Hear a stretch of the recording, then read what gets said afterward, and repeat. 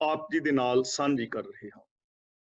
ਹੁਣ ਗੁਰਦੇਵ ਪਾਤਸ਼ਾਹ ਇਸ ਪਾਵਨ ਪੌੜੀ ਵਿੱਚ ਬਚਨ ਕਰਦੇ ਹਨ, ਭੁਗਤ ਗਿਆਨ ਦਇਆ ਭੰਡਾਰਨ ਘਟ ਘਟ ਵਾਜਹਿ ਨਾਦ। ਜੋ ਜੋਗੀ ਨੇ ਸੰਸਾਰ ਨੂੰ ਤਿਆਗ ਜੰਗਲਾਂ ਵਿੱਚ ਜਾਂਦੇ ਹਨ, ਫਿਰ ਉਹਨਾਂ ਨੂੰ ਖਾਣ ਪੀਣ ਦੀ ਜ਼ਰੂਰਤ ਪੈਂਦੀ ਹੈ ਤਾਂ ਇੱਕ ਚੂਰਮਾ ਬਣਾਉਂਦੇ ਹਨ, ਔਰ ਜਦੋਂ ਉਹਨਾਂ ਦਾ ਚੂਰਮਾ ਤਿਆਰ ਹੁੰਦਾ ਹੈ, ਭੋਜਨ ਤਿਆਰ ਹੁੰਦਾ ਹੈ, ਤਾਂ ਉੱਥੇ ਵਰਤਾਉਣ ਵਾਸਤੇ ਵਰਤਾਵਾ ਹੈ ਜੋ ਸਾਰਿਆਂ ਨੂੰ ਵਰਤਾ ਰਿਹਾ ਹੈ ਭੋਜਨ, ਔਰ ਨਾਲ ਇੱਕ ਨਾਦੀ ਵਜਾਉਂਦੇ ਨੇ ਜੋ ਉਹਨਾਂ ਨੇ ਗਲੇ ਵਿੱਚ ਪਾਈ ਹੁੰਦੀ ਹੈ। ਉਹਨਾਂ ਦਾ ਆਪਣਾ ਇੱਕ ਨਾਥ ਹੈ, ਵੱਡਾ ਜੋਗੀ ਹੈ, ਜਿਸ ਨੂੰ ਸਾਰੇ ਪੂਜਦੇ ਨੇ, ਨਤਮਸਤਕ ਹੁੰਦੇ ਨੇ, ਔਰ ਉਹ ਜਿਹੜੇ ਨੇ ਰਿੱਧੀਆਂ ਔਰ ਸਿੱਧੀਆਂ ਹਾਸਲ ਕਰਨਾ ਚਾਹੁੰਦੇ ਨੇ। ਤਾਂ ਗੁਰਦੇਵ ਪਾਤਸ਼ਾਹ ਜੀ ਨੇ ਇਸ ਪਾਵਨ ਪੌੜੀ ਰਾਹੀਂ ਸਾਨੂੰ ਇੱਕ ਐਸਾ ਗਿਆਨ ਦਿੱਤਾ ਹੈ, ਐਸਾ ਇੱਕ ਰਾਸਤਾ ਦਿੱਤਾ ਹੈ ਕਿ ਹਰ ਮਨੁੱਖ ਪ੍ਰਭੂ ਦੇ ਨਾਲ ਜੁੜ ਸਕੇ, ਹਰ ਮਨੁੱਖ ਸਚਿਆਰ ਹੋ ਸਕੇ, ਔਰ ਨਾਲ ਉਹਨਾਂ ਸਾਧਨਾਂ ਦਾ ਖੰਡਨ ਕੀਤਾ ਹੈ ਕਿ ਇਹ ਸਾਧਨ ਸਰਵਮਾਨਯ ਨਹੀਂ ਹਨ, ਇਹ ਕੋਈ ਯੂਨੀਵਰਸਲ ਟਰੁਥ ਨਹੀਂ ਹੈ, ਇਹ ਬ੍ਰਹਿਮੰਡੀ ਸੱਚ ਨਹੀਂ ਹੈ, ਇਹ ਰੱਬੀ ਜੋ ਨਿਯਮਾਵਲੀ ਹੈ, ਕੁਦਰਤ ਦੇ ਜੋ ਨਿਯਮ ਨੇ, ਉਹਦੇ ਤੇ ਸਾਰੀਆਂ ਚੀਜ਼ਾਂ ਪੂਰੀਆਂ ਨਹੀਂ ਉਤਰਦੀਆਂ। ਤਾਂ ਗੁਰੂ ਸਾਹਿਬ ਜੀ ਬਚਨ ਕਰਦੇ ਹਨ, ਭੁਗਤ ਗਿਆਨ। ਹੁਣ ਤ੍ਰਿਪਤੀ ਕਾਹਦੇ ਨਾਲ ਹੋਏਗੀ? ਜੇ ਤਾਂ ਕੇਵਲ ਚੂਰਮੇ ਖਾਣ ਦੇ ਨਾਲ, ਪਦਾਰਥ ਖਾਣ ਦੇ ਨਾਲ ਤ੍ਰਿਪਤੀ ਹੁੰਦੀ ਹੋਵੇ ਔਰ ਸ਼ਾਂਤੀ ਆਉਂਦੀ ਹੋਵੇ, ਜਾਂ ਬੰਦਾ ਸਚਿਆਰ ਹੁੰਦਾ ਹੋਵੇ, ਤਾਂ ਫਿਰ ਛਕਣ ਵਾਸਤੇ ਪਦਾਰਥ ਤਾਂ ਅੱਜ ਹਰ ਮਨੁੱਖ ਦੇ ਕੋਲ ਬਹੁਤ ਨੇ, ਔਰ ਚੂਰਮਾ ਆਦਿਕ ਬਣਾਉਣਾ ਕੋਈ ਬਹੁਤਾ ਔਖਾ ਨਹੀਂ ਹੈ।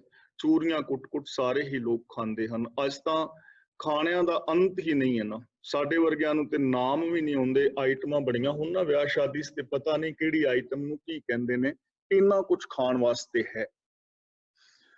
ਲੇਕਿਨ ਇਸ ਚੂਰਮੇ ਦੇ ਨਾਲ, ਖੁਰਾਕ ਦੇ ਨਾਲ, ਚੰਗੇ ਪਦਾਰਥ ਖਾਣ ਦੇ ਨਾਲ ਬੰਦੇ ਦੀ ਮੈਂਟੈਲਿਟੀ ਤਾਂ ਚੇਂਜ ਨਹੀਂ ਹੋਏਗੀ, ਸੋਚ ਤਾਂ ਮਹਾਨ ਨਹੀਂ ਹੋਏਗੀ।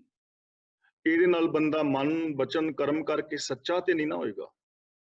ਇਸ ਲਈ ਗੁਰੂ ਜੀ ਕਹਿੰਦੇ ਹਨ ਕਿ ਜੇ ਆਪਣੇ ਜੀਵਨ ਦਾ ਭਲਾ ਚਾਹੁੰਦੇ ਹੋ, ਜੇ ਸਮਾਜ ਦਾ ਭਲਾ ਚਾਹੁੰਦੇ ਹੋ, ਜੋ ਕੂੜ ਦੀ ਦੀਵਾਰ ਸਾਡੇ ਔਰ ਪ੍ਰਭੂ ਦੇ ਦਰਮਿਆਨ ਬਣੀ ਹੋਈ ਹੈ, ਜੇ ਉਸ ਦੀਵਾਰ ਨੂੰ ਤੋੜ ਕੇ ਰੱਬ ਵਰਗੇ ਹੋਣਾ ਹੈ, ਤਾਂ ਉਹਦੇ ਵਾਸਤੇ ਭੋਜਨ ਚਾਹੀਦਾ ਹੈ ਗਿਆਨ ਦਾ।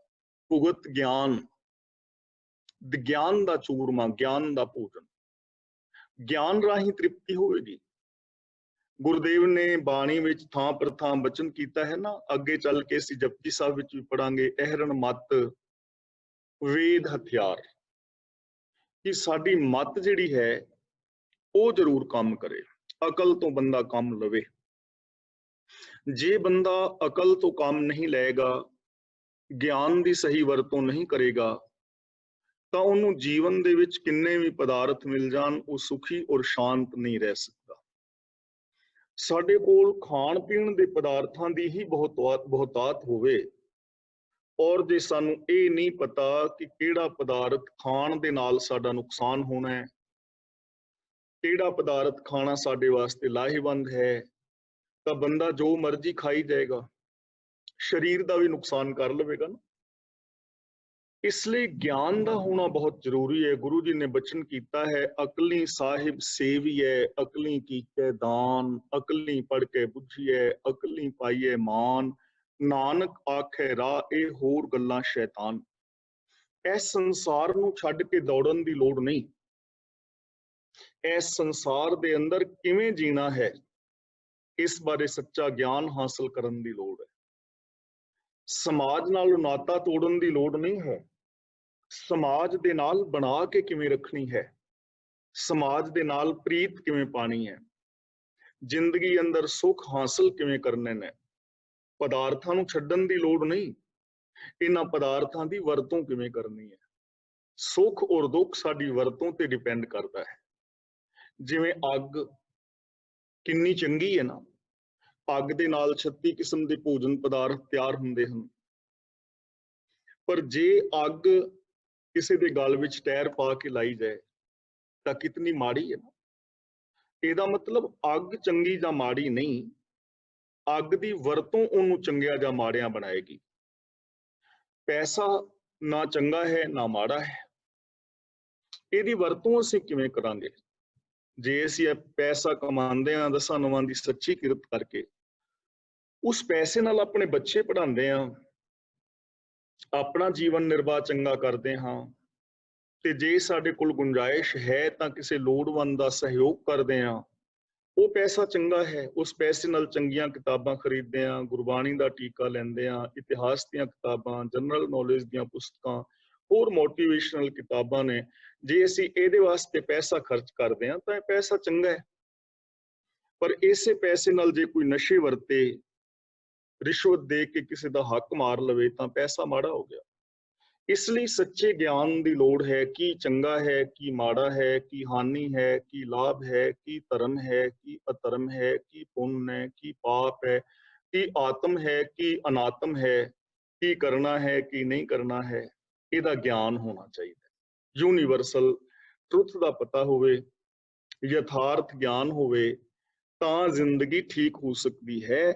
ਇਸ ਲਈ ਸਾਨੂੰ ਗਿਆਨ ਦੀ ਜ਼ਰੂਰਤ ਹੈ, ਅਕਲ ਦੀ ਲੋੜ ਹੈ। ਅਕਲ ਦਾ ਭੋਜਨ ਦਿਓ, ਗਿਆਨ ਦਾ ਭੋਜਨ ਖਾਓ। ਭੁਗਤ ਗਿਆਨ ਯਾਨੀ ਗਿਆਨ ਹੋਣਾ ਲੋੜੀਂਦਾ ਹੈ। ਦਇਆ ਭੰਡਾਰਨ, ਭੰਡਾਰਨ ਦਾ ਮਤਲਬ ਜੋ ਵਰਤਾਨ ਵਾਲੀ ਵਰਤਾਵੀ ਹੈ। ਜਿਵੇਂ ਗੁਰਦੁਆਰੇ ਸਾਹਿਬਾਨ ਵਿੱਚ ਲੰਗਰ ਨੇ ਤਾਂ ਲੰਗਰਾਂ ਦੇ ਅੰਦਰ ਵਰਤਾਵੇ ਖਲੋਤੇ ਨੇ ਨਾ, ਸੇਵਾਦਾਰ ਹਰ ਵਕਤ ਤਿਆਰ ਨੇ।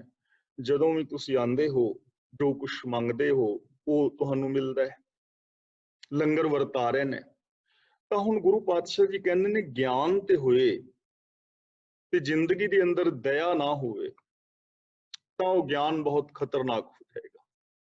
ਜੇ ਦਇਆ ਨਹੀਂ, ਸੱਚਾ ਗਿਆਨ ਨਹੀਂ, ਤੇ ਦਇਆ ਜੇ ਨਹੀਂ ਹੋਏਗੀ ਤਾਂ ਗਿਆਨ ਖਤਰਨਾਕ ਵੀ ਹੋ ਸਕਦਾ ਹੈ। ਦੇਖੋ ਗਿਆਨ ਤਾਂ ਹੈ, ਕੈਮੀਕਲ ਨਾਲ ਦੁੱਧ ਕਿਵੇਂ ਬਣਾਉਣਾ ਹੈ, ਗਿਆਨ ਹੈ, ਪਰ ਅੰਦਰ ਦਇਆ ਨਹੀਂ ਬੰਦੇ ਦੇ, ਕਿ ਜਿਹੜੇ ਪੀਣਗੇ ਉਹਨਾਂ ਦਾ ਕਿੰਨਾ ਵੱਡਾ ਨੁਕਸਾਨ ਹੋਏਗਾ। ਦਇਆ ਨਾ ਹੋਣ ਕਰਕੇ ਉਸ ਗਿਆਨ ਦੀ ਗਲਤ ਵਰਤੋਂ ਕੀਤੀ ਜਾ ਰਹੀ ਹੈ। ਗਿਆਨ ਤਾਂ ਹੈ, ਡੁਪਲੀਕੇਟ ਦਵਾਈਆਂ ਬਣਾਈਆਂ ਨੇ, ਲੇਕਿਨ ਦਇਆ ਨਹੀਂ। ਤੇ ਡੁਪਲੀਕੇਟ ਦਵਾਈਆਂ ਦੇ ਨਾਲ ਕਿਸੇ ਦਾ ਕਿੰਨਾ ਵੱਡਾ ਨੁਕਸਾਨ ਹੋਏਗਾ। ਗਿਆਨ ਤੇ ਹੈ, ਬੰਦਾ ਲੈਬੋਰਟਰੀ ਖੋਲ ਕੇ ਬਹਿ ਗਿਆ, ਪਰ ਕੇਵਲ ਪੈਸਾ ਪ੍ਰਾਪਤ ਕਰਨ ਵਾਸਤੇ ਰਿਪੋਰਟ ਨੈਗੇਟਿਵ ਦੀ ਜਗ੍ਹਾ ਪੋਜ਼ਿਟਿਵ ਦੇ ਦਿੱਤੀ ਹੈ ਕੋਰੋਨਾ ਦੀ। ਪਿੱਛੇ ਲੈਬਾਂ ਫੜੀਆਂ ਗਈਆਂ ਨਾ ਕੁਛ, ਤਾਂ ਉਹ ਗਿਆਨ ਹੈ ਲੇਕਿਨ ਦਇਆ ਨਹੀਂ ਨਾ। ਗਿਆਨ ਹੈ, ਬੰਦਾ ਕਿਸੇ ਕੁਰਸੀ ਤੇ ਬੈਠਾ ਹੈ ਲੇਕਿਨ ਰਿਸ਼ਵਤ ਲੈ ਰਿਹਾ ਹੈ, ਦਇਆ ਨਹੀਂ। ਜੇ ਦਇਆ ਹੋਏ ਤੇ ਰਿਸ਼ਵਤ ਨਹੀਂ ਲਵੇਗਾ। ਗਿਆਨ ਹੈ, ਗਿਆਨ ਤੇ ਸਾਰਿਆਂ ਦੇ ਕੋਲ ਹੈ। ਸਾਨੂੰ ਇਸ ਚੀਜ਼ ਦਾ ਪਤਾ ਹੈ ਕਿ ਦਾਜ ਦਹੇਜ ਮਾੜੇ ਨੇ, ਪਰ ਦਇਆ ਅੰਦਰ ਨਹੀਂ, ਦਇਆ ਭਾਵਨਾ ਨਹੀਂ। ਇਸ ਵਾਸਤੇ ਅਸੀਂ ਧੀਆਂ ਵਾਲਿਆਂ ਤੋਂ ਦਹੇਜ ਲੈ ਰਹੇ ਹਾਂ ਨਾ। ਤਾਂ ਦਇਆ ਦਾ ਹੋਣਾ ਬਹੁਤ ਜ਼ਰੂਰੀ ਹੈ, ਤਾਂ ਤੁਸੀਂ ਬਰਾਬਰ ਵਰਤਾ ਸਕੋਗੇ, ਤਾਂ ਦੁਨੀਆ ਦੇ ਦੁੱਖਾਂ ਨੂੰ ਵੇਖ ਸਕੋਗੇ। ਵਰਤਾਨ ਵਾਲੇ ਦੇ ਅੰਦਰ ਦਇਆ ਵੀ ਚਾਹੀਦੀ ਹੈ, ਗਿਆਨ ਵੀ ਚਾਹੀਦਾ ਹੈ। ਤਾਂ ਇਸ ਲਈ ਗੁਰੂ ਜੀ ਕਹਿੰਦੇ ਹਨ, ਇਹ ਯੋਗੀ ਜਨੋ, ਸੰਸਾਰ ਨੂੰ ਛੱਡਣ ਦੀ ਲੋੜ ਨਹੀਂ ਹੈ, ਜ਼ਿੰਦਗੀ ਜੀਣ ਦਾ ਢੰਗ ਹੋਣਾ ਚਾਹੀਦਾ ਹੈ। ਜੀਵਨ ਦੇ ਅੰਦਰ ਦਇਆ ਹੋਣੀ ਚਾਹੀਦੀ ਹੈ, ਤਾਂ ਸਚਿਆਰ ਹੋਵੋਗੇ। ਹੁਣ ਦੇਖੋ, ਜਿਵੇਂ ਜੋਗੀ ਸਨ, ਉਹ ਸੰਸਾਰ ਨੂੰ ਛੱਡ ਗਏ, ਗ੍ਰਸਤ ਨੂੰ ਛੱਡ ਗਏ, ਤੇ ਉਹਨਾਂ ਨੇ ਬਾਹਰ ਜੰਗਲਾਂ ਵਿੱਚ ਗੁਜ਼ਾਰਾ ਕੀਤਾ। ਤੇ ਅੱਜ ਜਿਹੜੇ ਬਾਬੇ ਨੇ, ਉਹਨਾਂ ਨੇ ਵੀ ਸੰਸਾਰ ਨੂੰ ਛੱਡਿਆ ਹੀ ਹੋਇਆ ਨਾ, ਗ੍ਰਸਤ ਨੂੰ। ਵੱਡੇ ਵੱਡੇ ਡੇਰੇ ਬਣਾ ਲੈਣੇ। ਫਰਕ ਕੋਈ ਨਹੀਂ ਹੈ, ਰੂਪ ਬਦਲਿਆ। ਗੁਰੂ ਜੀ ਨੇ ਗ੍ਰਸਤੀ ਧਰਮ ਦਿੱਤਾ ਹੈ, ਕਿਰਤ ਕਰਨੀ ਹੈ ਦਸਾਂ ਨਵਾਂ ਦੀ, ਵੰਡ ਕੇ ਛਕਣਾ ਹੈ, ਪਿਆਰ ਮੁਹੱਬਤ ਦੇ ਨਾਲ ਰਹਿਣਾ ਹੈ। ਤਾਂ ਭੁਗਤ ਗਿਆਨ, ਦਇਆ ਭੰਡਾਰਨ, ਗਿਆਨ ਦਾ ਭੋਜਨ। ਔਰ ਦੂਜਾ ਗੁਣ ਹੈ ਜ਼ਿੰਦਗੀ ਦੇ ਅੰਦਰ ਦਇਆ। ਦਇਆ ਚਾਹੀਦੀ ਹੈ। ਜਿਸ ਦੇ ਅੰਦਰ ਦਇਆ ਹੋਏਗੀ ਉਹ ਕਿਸੇ ਦੂਜੇ ਦਾ ਦੁੱਖ ਵੇਖ ਸਕੇਗਾ। ਜਿਸ ਦੇ ਅੰਦਰ ਦਇਆ ਹੋਏਗੀ ਉਹਨੂੰ ਪੜੋਸੀ ਵੀ ਨਜ਼ਰ ਨਹੀਂ ਪਵੇਗਾ, ਉਹਨੂੰ ਆਪਣਾ ਜਿਹੜਾ ਮਾੜਾ ਰਿਸ਼ਤੇਦਾਰ ਹੈ ਉਹ ਵੀ ਨਜ਼ਰ ਨਹੀਂ ਪਵੇਗਾ, ਕੋਈ ਲੋੜਵੰਦ ਵੀ ਨਜ਼ਰ ਨਹੀਂ ਪਵੇਗਾ, ਔਰ ਉਹ ਇਸ ਦੁਨੀਆ ਤੇ ਕਦੇ ਅਤਿਆਚਾਰ ਨਹੀਂ ਕਰੇ। ਘਟ ਘਟ ਵਾਜਹਿ ਨਾਦ, ਜੋ ਵੀ ਇੱਕ ਸਿੰਘੀ ਵਜਾਉਂਦੇ ਨੇ, ਨਾਦੀ ਇੱਕ ਸਾਜ਼ ਨਿੱਕਾ ਜਿਹਾ ਉਹ ਵਜਾਉਂਦੇ ਨੇ ਫੂਕ ਮਾਰ ਕੇ ਭੰਡਾਰਾ ਛਕਣ ਦੇ ਟਾਈਮ। ਤੇ ਗੁਰੂ ਜੀ ਕਹਿੰਦੇ ਨੇ ਜੇ ਇਹ ਨਾਦ ਵਜਾਉਣ ਦੇ ਨਾਲ ਰੱਬ ਦੀ ਪ੍ਰਾਪਤੀ ਹੁੰਦੀ ਹੋਵੇ ਜਾਂ ਸਚਿਆਰ ਹੁੰਦਾ ਹੋਵੇ ਬੰਦਾ, ਤਾਂ ਇਹ ਤਾਂ ਬੜਾ ਸੌਖਾ ਕੰਮ ਹੈ। ਜਿਹੜਾ ਮਰਜ਼ੀ ਨਾਦ ਵਜਾਣਾ ਸਿੱਖ ਲੇਗਾ, ਬੰਸਰੀ ਵਜਾਣੀ ਸਿੱਖ ਲੇਗਾ। ਹੁਣ ਸਾਨੂੰ ਵੀ ਦੱਸਿਆ ਜਾਂਦਾ ਨਾ, ਜੋਗੀ ਵੀ ਸੁਣਦੇ ਨੇ ਦਸਮ ਦੁਆਰ ਦੇ ਅੰਦਰ ਕਿ ਵਾਜੇ ਵੱਜਦੇ ਹਨ। ਸਾਡੇ ਬਾਬੇ ਵੀ ਕਹਿੰਦੇ ਨੇ ਕਿ ਦਸਮ ਦੁਆਰ ਦੇ ਅੰਦਰ ਜਦੋਂ ਪ੍ਰਾਣ ਚੜਾਓਗੇ, ਸਮਾਧੀ ਲੱਗੇਗੀ, ਤਾਂ ਤੁਹਾਨੂੰ 5 ਸ਼ਬਦ ਸੁਣਨਗੇ, ਜਿਹੜੇ ਤਾਰ ਵਾਲੇ ਸਾਜ਼ ਨੇ, ਚਮੜੇ ਨਾਲ ਵੱਜਣ ਵਾਲੇ ਸਾਜ਼ ਢੋਲਕੀ ਆਦਿਕ ਨੇ, ਹਵਾ ਦੇ ਨਾਲ ਵੱਜਣ ਵਾਲੇ ਸਾਜ਼ ਬੰਸਰੀ ਵਗੈਰਾ ਨੇ, ਚਮੜੇ ਨਾਲ ਵੱਜਣ ਵਾਲੇ ਸਾਜ਼ ਨੇ, ਔਰ ਧਾਤੂ ਨਾਲ ਵੱਜਣ ਵਾਲੇ ਸਾਜ਼ ਛੈਣੇ ਵਗੈਰਾ ਤੇ ਘੜਾ ਵਗੈਰਾ। ਹੁਣ ਦਸਮ ਦੁਆਰ ਵਿੱਚ ਪ੍ਰਾਣ ਚੜਾਓ, ਸਮਾਧੀ ਲਾਓ, ਤੇ ਤੁਹਾਨੂੰ ਅੰਦਰ ਬੰਸਰੀ ਵੱਜਦੀ ਸੁਣੇਗੀ। ਮੰਨ ਲਓ ਐਸਾ ਕੋਈ ਸਿਸਟਮ ਹੈ ਨਹੀਂ ਜਿਹਨੂੰ ਇਹ ਲੋਕ ਦਸਮ ਦੁਆਰ ਕਹਿੰਦੇ ਨੇ, ਉਹ ਦਸਮ ਦੁਆਰ ਨਹੀਂ ਹੈ। ਗੁਰਬਾਣੀ ਵਿੱਚ ਦਸਮ ਦੁਆਰ ਦਿਮਾਗ ਨੂੰ ਆਖਿਆ ਹੈ। ਪੂਰੇ ਗੁਰੂ ਗ੍ਰੰਥ ਸਾਹਿਬ ਵਿੱਚ ਦਿਮਾਗ ਸ਼ਬਦ ਆਪ ਨੂੰ ਨਹੀਂ ਮਿਲੇਗਾ। ਦਿਮਾਗ ਸ਼ਬਦ ਵਾਸਤੇ ਦਸਮ ਦੁਆਰ ਸ਼ਬਦ ਵਰਤਿਆ ਹੈ। ਦਸਮ ਦੁਆਰ ਦਾ ਮਤਲਬ ਸਾਡਾ ਬ੍ਰੇਨ। ਤਾਂ ਹੁਣ ਜੇਕਰ ਅੰਦਰ ਮੰਨ ਲਓ ਸਪੋਜ਼ ਕਿ ਕੋਈ ਬੰਦਾ 10 ਘੰਟੇ ਜਾਂ 10 ਸਾਲ ਤੱਕ ਸਮਾਧੀ ਲਾਉਂਦਾ ਰਿਹਾ, ਰੋਜ਼ 8-8 10-10 ਘੰਟੇ ਲਾ ਕੇ 10 ਸਾਲ ਸਮਾਧੀ ਲਾਈ, ਤੇ 10 ਸਾਲ ਬਾਅਦ ਉਹਨੂੰ ਦਿਮਾਗ ਦੇ ਅੰਦਰ ਕਿਤੇ ਟੂੰ ਟੂੰ ਦੀ ਆਵਾਜ਼ ਸੁਣ ਵੀ ਜਾਏ, ਮੰਨ ਲਓ ਸਪੋਜ਼ ਕਿ ਉਹਨੂੰ ਬੰਸਰੀ ਵੱਜਦੀ ਅੰਦਰ ਸੁਣ ਵੀ ਜਾਏ, ਤਾਂ ਉਹਦੇ ਨਾਲ ਕੀ ਭਲਾ ਹੋਇਆ, ਉਹਦਾ ਵੀ ਔਰ ਸਮਾਜ ਦਾ ਵੀ। ਮੈਂ ਤਾਂ ਇਹ ਕਹਾਂਗਾ ਕਿ ਉਹਨੇ 10 ਸਾਲ ਬੇਕਾਰ ਕੀਤੇ, ਆਪਣੇ ਗਵਾਏ। ਉਹ ਵੀ 10 ਸਾਲ ਕੰਮ ਕਰਦਾ, ਓਵਰ ਟਾਈਮ ਲਗਾਉਂਦਾ, 4 ਪੈਸੇ ਕਮਾਉਂਦਾ, ਆਪਣਾ ਘਰ ਬਣਾਉਂਦਾ, ਬੱਚਿਆਂ ਨੂੰ ਚੰਗਾ ਪੜ੍ਹਾਉਂਦਾ, ਕਿਸੇ ਹੋਰ ਦੀ ਹੈਲਪ ਕਰਦਾ, ਤੇ 2-3 ਪਾਉਂਡ ਦੀ ਬੰਸਰੀ ਬਾਜ਼ਾਰ ਚੋਂ ਲੈ ਕੇ ਵਜਾ ਲੈਂਦਾ। ਤੂੰ ਹੀ ਕਰਨੀ ਸੀ ਨਾ, ਬੰਸਰੀ ਵਾਸਤੇ ਇੰਨਾ ਟਾਈਮ ਬਰਬਾਦ ਕਰਨਾ। ਬੰਸਰੀ ਵਾਦਨ ਤੁਸੀਂ YouTube ਤੇ ਸੁਣ ਲਓ, ਬਹੁਤ ਚੰਗੇ ਚੰਗੇ ਬੰਸਰੀ ਵਾਦਨ ਨੇ, ਉਹ ਤੋਂ ਸੁਣ ਲਓ। ਸਾਨੂੰ ਕਿਹਾ ਜਾਂਦਾ ਹੈ ਤੁਹਾਡੇ ਸਮਾਧੀ ਲਾਓਗੇ ਅੰਦਰ ਚਾਨਣ ਹੋਏਗਾ, ਚਾਨਣ ਹੋਏਗਾ। ਮੰਨ ਲਓ ਸਪੋਜ਼ ਕਿ 10-20 ਸਾਲ ਲਗਾ ਕੇ ਚਾਨਣ ਤੁਹਾਡੇ ਅੰਦਰ ਕੋਈ ਝਲਕਾਰਾ ਪੈ ਵੀ ਗਿਆ, ਸਪੋਜ਼ ਮੰਨ ਲਓ, ਤੇ 10 ਸਾਲ ਬੇਕਾਰ ਲਾਏ ਨਾ। 1.5 ਪਾਉਂਡ ਦਾ ਲਿਆਈਏ ਨਾ, 2 ਪਾਉਂਡ ਦਾ ਬਲਬ 200 ਵਾਟ ਦਾ, ਸਾਰਾ ਕਮਰਾ ਪਾਟਣ ਵਾਲਾ ਕਰ ਬਲਬ ਲਿਆ ਕੇ ਲਾ ਲੈਂਦੇ। ਤਾਂ ਰੱਬ ਕੋਈ ਐਸਾ ਨਾਦ ਨਹੀਂ ਹੈ, ਰਾਗੈ ਨਾਦੈ ਬਾਹਰਾ ਇਨਾ ਹੁਕਮ ਨਾ ਬੁਝਿਆ ਜਾਏ। ਜੇ ਰੱਬ ਚਾਨਣੇ ਵਿੱਚ ਤੇ ਹਨੇਰੇ ਵਿੱਚ ਕੌਣ ਹੈ? ਹਨੇਰੇ ਵਿੱਚ ਵੀ ਤੇ ਹੈ ਨਾ। ਇਸ ਲਈ ਗੁਰੂ ਜੀ ਕਹਿੰਦੇ ਹਨ ਘਟ ਘਟ ਵਾਜਹਿ ਨਾਦ। ਨਾਦ ਦਾ ਮਤਲਬ ਜੀਵਨ ਰੋ, ਜੀਵਨ ਸੱਤਿਆ। ਹਰ ਘਟ ਦੇ ਅੰਦਰ, ਘਟ ਦਾ ਮਤਲਬ ਸਰੀਰ, ਹਰ ਸਰੀਰ ਦੇ ਅੰਦਰ ਹੀ ਨਾਦ ਵੱਜ ਰਿਹਾ ਹੈ, ਜੀਵਨ ਰੋ ਹੈ। ਹਰ ਸਰੀਰ ਦੇ ਅੰਦਰ ਤੇ ਰੱਬ ਹੈ ਨਾ, ਜਿਹਨੂੰ ਗੁਰਦੇਵ ਨੇ ਪਾਵਨ ਬਾਣੀ ਵਿੱਚ ਕਿਹਾ ਹੈ, ਸਭੈ ਘਟ ਰਾਮ ਬੋਲੇ, ਰਾਮਾ ਬੋਲੇ, ਰਾਮ ਬਿਨਾ ਕੋ ਬੋਲੇ ਰੇ, ਰੱਬ ਤੋਂ ਬਿਨਾ ਕੌਣ ਬੋਲਦਾ ਹੈ? ਹੁਣ ਦਸਮ ਦੁਆਰ ਦੇ ਵਿੱਚ ਬੰਸਰੀਆਂ ਬੰਦਾ ਸੁਣਨਾ ਚਾਹੁੰਦਾ ਹੈ, ਲੇਕਿਨ ਜੋ ਸਾਹਮਣੇ ਰੱਬ ਬੈਠੇ ਨੇ, ਮੇਰੀਆਂ ਭੈਣਾਂ ਵੀਰ, ਜਾਂ ਸਾਡੇ ਸਮਾਜ ਦੇ ਅੰਦਰ ਲੋਕ, ਇਹਨਾਂ ਦੀ ਗੱਲ ਦੇ ਅੰਦਰ ਆਵਾਜ਼ ਵਿੱਚ ਰੱਬ ਦੀ ਆਵਾਜ਼ ਨਹੀਂ ਵਿੰਦਾ। ਗੁਰੂ ਜੀ ਕਹਿੰਦੇ ਨੇ ਬੋਲ ਹੀ ਰੱਬ ਰਿਹਾ ਸਾਰਿਆਂ ਦੇ ਅੰਦਰ, ਸਭੈ ਘਟ ਰਾਮ ਬੋਲੇ। ਮਾਂ ਪਿਓ ਦੀ ਆਵਾਜ਼ ਨਹੀਂ ਸਿਖਾਉਂਦੀ, ਮਾਂ ਪਿਓ ਦੀ ਆਵਾਜ਼ ਦੇ ਵਿੱਚੋਂ ਰੱਬ ਦੀ ਆਵਾਜ਼ ਸੁਣਦਾ ਤੈਨੂੰ ਜੰਗਲਾਂ ਵਿੱਚ ਜਾਣ ਦੀ ਲੋੜ ਨਾ ਪੈਂਦੀ। ਭਾਈ ਸਾਹਿਬ ਭਾਈ ਗੁਰਦਾਸ ਜੀ ਨੇ ਬੜੇ ਪਿਆਰੇ ਬਚਨ ਕਹੇ ਨੇ, ਮੈਂ ਸਾਂਝੇ ਕਰਦਿਆਂ, ਔਰ ਜਿੱਥੇ ਵੀ ਮੈਂ ਜਾਵਾਂ ਘੱਟ ਤੋਂ ਘੱਟ ਨੌਜਵਾਨ ਧੀਆਂ ਭੈਣਾਂ ਨੂੰ ਮੈਂ ਜ਼ਰੂਰ ਬੇਨਤੀ ਕਰਦਾ ਹੁੰਦਾ। ਭਾਈ ਗੁਰਦਾਸ ਜੀ ਤੋਂ ਕਿਸੇ ਨੇ ਪੁੱਛਿਆ ਕਿ ਭਾਈ ਸਾਹਿਬ ਜੀ, ਇਸ ਦੁਨੀਆ ਦੇ ਵਿੱਚ ਸਭ ਤੋਂ ਵੱਡਾ ਬੇਈਮਾਨ ਬੰਦਾ ਕੌਣ ਹੈ? ਕਿਉਂਕਿ ਤੁਹਾਨੂੰ ਗੁਰਬਾਣੀ ਲਿਖਣ ਦਾ ਮਾਣ ਪ੍ਰਾਪਤ ਹੋਇਆ ਹੈ, ਤੁਸੀਂ ਗੁਰਬਾਣੀ ਪੜ੍ਹੀ ਹੈ, ਗਾਈ ਹੈ, ਸਮਝੀ ਹੈ, ਤੁਸੀਂ ਵੇਦ ਸ਼ਾਸਤਰਾਂ ਦਾ ਅਧਿਐਨ ਕੀਤਾ ਹੈ, गुरु साहब जी की रहमत के पात्र हो, रब दे नाल आप एकसुर होए हो। जिन्ना उत्तर तुसी चंगा दे सकते हो, होर कितों उत्तर मिलना नहीं। बेईमान बंदा कौन है दुनिया का? सब तो वड्डा बेईमान। तो भाई गुरदास जी कहते ने, मां प्यो पर हर करे दान, बेईमान अज्ञान प्राणी। जेड़ा बंदा मां प्यो की सेवा नहीं करता, घर बजुर्ग मां बाप घर ने, उन्हां दी सेवा नहीं करता, पर बाहर दान पुण्य करता फिरदा है, दुनिया का सब तो वड्डा बेईमान बंदा। घर सस ते सहुरा बजुर्ग ने ते नूह राणी उन्हां नूं मान सत्कार नहीं दिंदी, टाइम नाल रोटी नहीं दिंदी, ते बाबियां नूं परौंठे बना के खवांदी फिरदी है। दुनिया की सब तो बेईमान औरत है वो।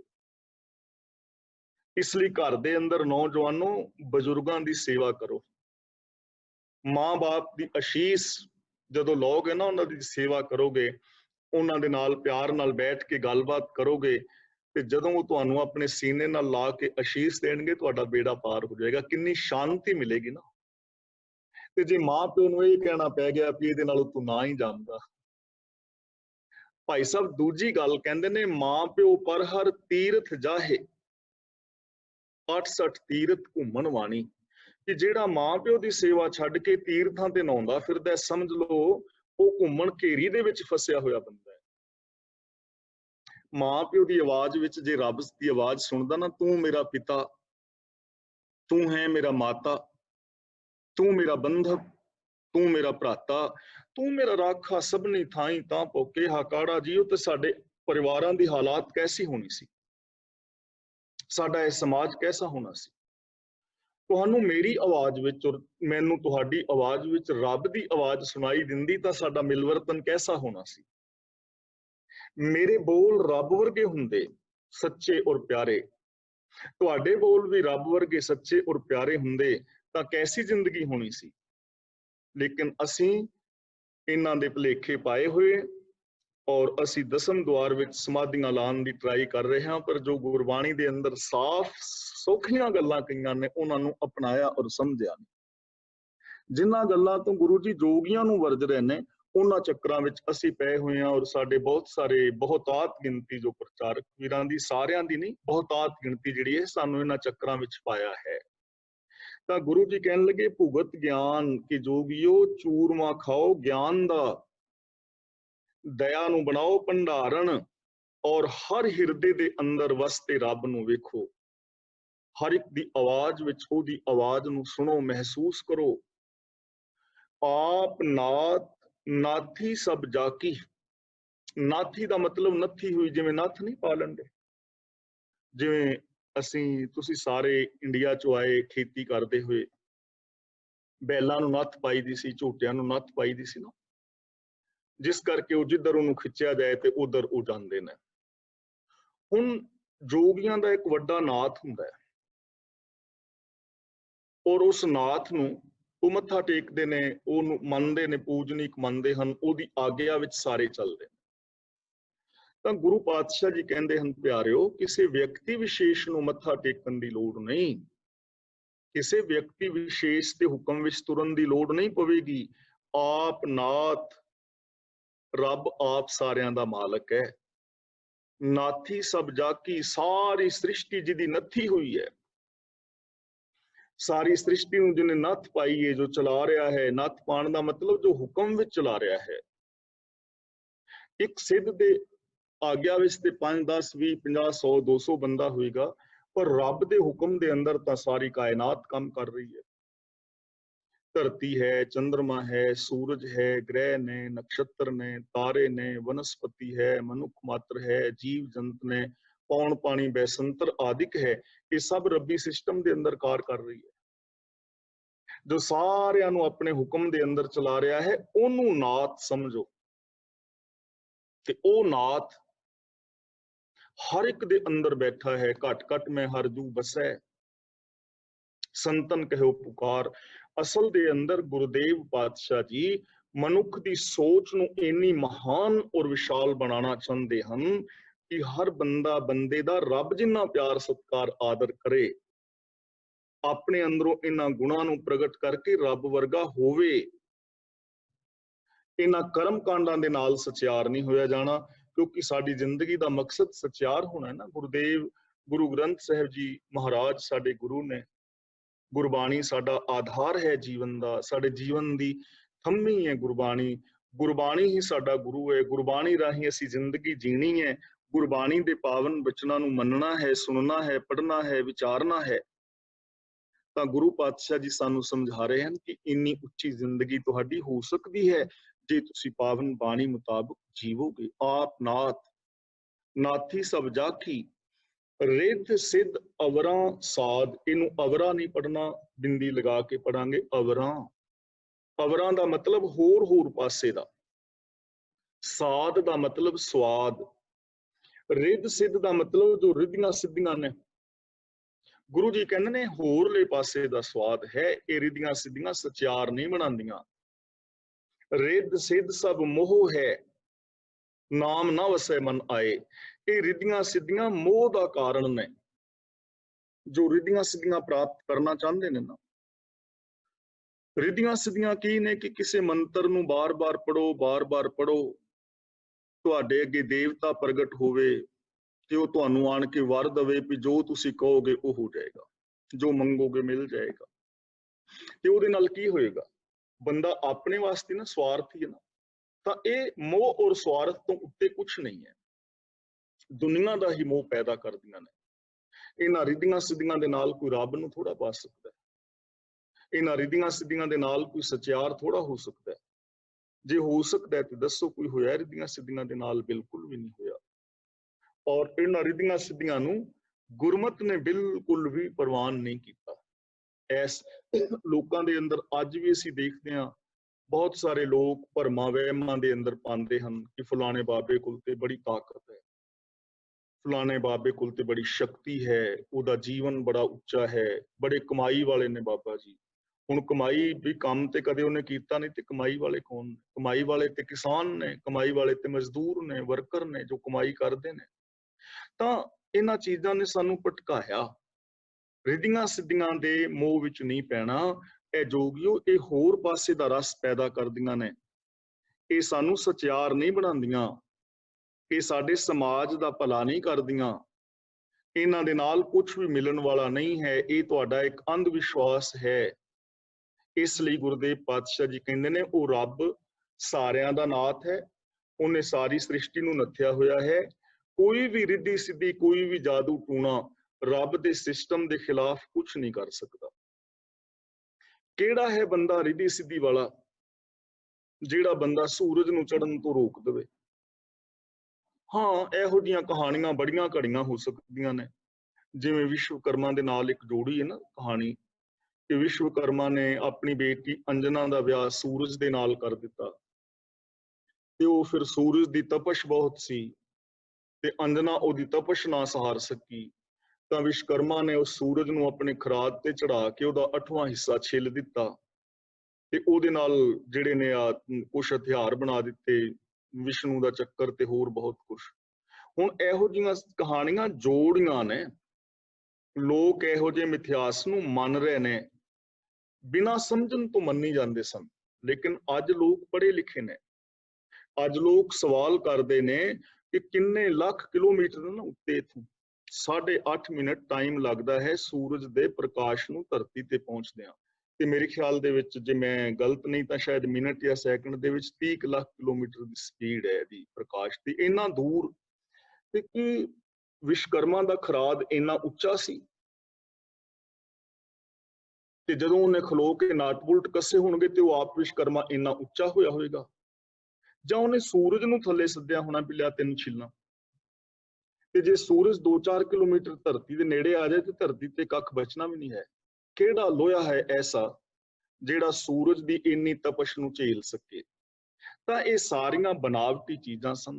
ਅੱਜ ਵੀ ਲੋਕ ਕਈ ਕਰਾਮਾਤਾਂ ਵਿੱਚ ਵਿਸ਼ਵਾਸ ਰੱਖਦੇ ਹਨ, ਪਰ ਗੁਰੂ ਜੀ ਕਹਿੰਦੇ ਹਨ ਆਪ ਨਾਥ ਰੱਬ ਨੇ ਨੱਥਿਆ ਹੋਇਆ ਹੈ। ਨਾਨਕ ਹੁਕਮੈ ਜੇ ਬੁਝੈ ਤਾਂ ਹੂੰ ਮੈਂ ਕਹਿ ਨਾ ਕੋਈ। ਫਿਰ ਕੋਈ ਨਹੀਂ ਕਵੇਗਾ ਕਿ ਮੈਂ ਐਸਾ ਕਰ ਸਕਦਾ ਹਾਂ। ਹੁਕਮੈ ਅੰਦਰ ਸਭ ਕੋ, ਹਰ ਇਨਸਾਨ ਰੱਬੀ ਹੁਕਮ ਵਿੱਚ ਹੈ।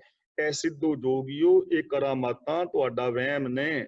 ਰੱਬ ਨੇ ਸਾਰੀ ਸ੍ਰਿਸ਼ਟੀ ਨੂੰ ਆਪਣੇ ਹੁਕਮ ਵਿੱਚ ਬੰਨਿਆ ਹੋਇਆ ਹੈ, ਸਿਸਟਮ ਦੇ ਅੰਦਰ। ਇਸ ਲਾ ਆਫ ਨੇਚਰ ਨੂੰ ਕੋਈ ਬਦਲ ਨਹੀਂ ਸਕਦਾ। ਕੋਈ ਐਸਾ ਬੰਦਾ ਨਹੀਂ ਜਿਹੜਾ ਆਪਣੀ ਤਾਕਤ ਦੇ ਨਾਲ ਕਣਕ ਬੀਜੀਏ ਤੇ ਕਣਕ ਤੋਂ ਜੌਂ ਪੈਦਾ ਹੋ ਜਾਣ, ਐਸਾ ਕੋਈ ਨਹੀਂ ਕਰ ਸਕਦਾ। ਕਣਕ ਤੋਂ ਕਣਕ ਹੀ ਪੈਦਾ ਹੋਏਗੀ। ਅਗਲਾ ਵਚਨ ਕਰਦੇ ਨੇ, ਸੰਜੋਗ ਵਿਜੋਗ ਦੋਏ ਕਾਰ ਚਲਾਵਹਿ। ਸੰਜੋਗ ਔਰ ਵਿਜੋਗ ਨੂੰ ਸਮਝ ਲੈਣਾ ਕਿ ਇਸ ਦੁਨੀਆ ਨੂੰ ਕੌਣ ਚਲਾ ਰਿਹਾ ਹੈ।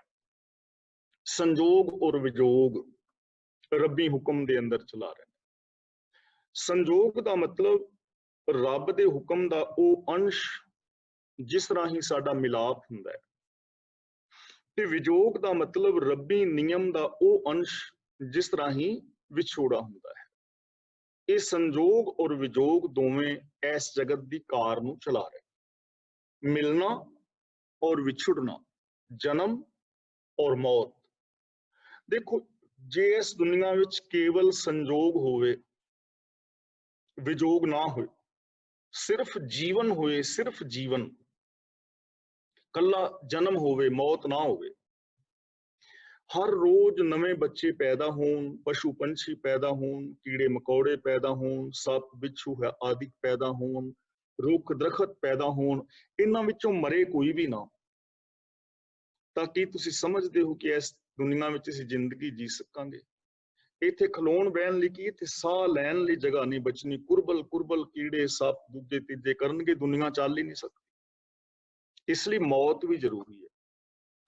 ਤੇ ਜੇ ਇਕੱਲੀ ਮੌਤ ਹੋਵੇ, ਜਨਮ ਨਾ ਹੋਏ, ਜੇ ਕੋਈ ਨਵਾਂ ਬੱਚਾ ਜਨਮ ਨਾ ਲਵੇ, ਨਵਾਂ ਪਸ਼ੂ ਪੰਛੀ ਜਾਂ ਕੋਈ ਵਨਸਪਤੀ ਨਵੀਂ ਨਾ ਜਨਮੇ, ਤੇ ਜਿਹੜੇ ਪਹਿਲਾਂ ਜਨਮੇ ਨੇ ਉਹ ਮਰਦੇ ਜਾਣ ਇੱਕ ਇੱਕ ਦੋ ਦੋ ਕਰਕੇ, ਤਾਂ 10-20-50 ਸਾਲ ਤੇ ਸ੍ਰਿਸ਼ਟੀ ਖਾਲੀ ਹੋ ਜਾਏਗੀ, ਧਰਤੀ ਖਾਲੀ ਹੋ ਜਾਏਗੀ, ਇੱਥੇ ਕੁਝ ਬਚੇਗਾ ਹੀ ਨਹੀਂ।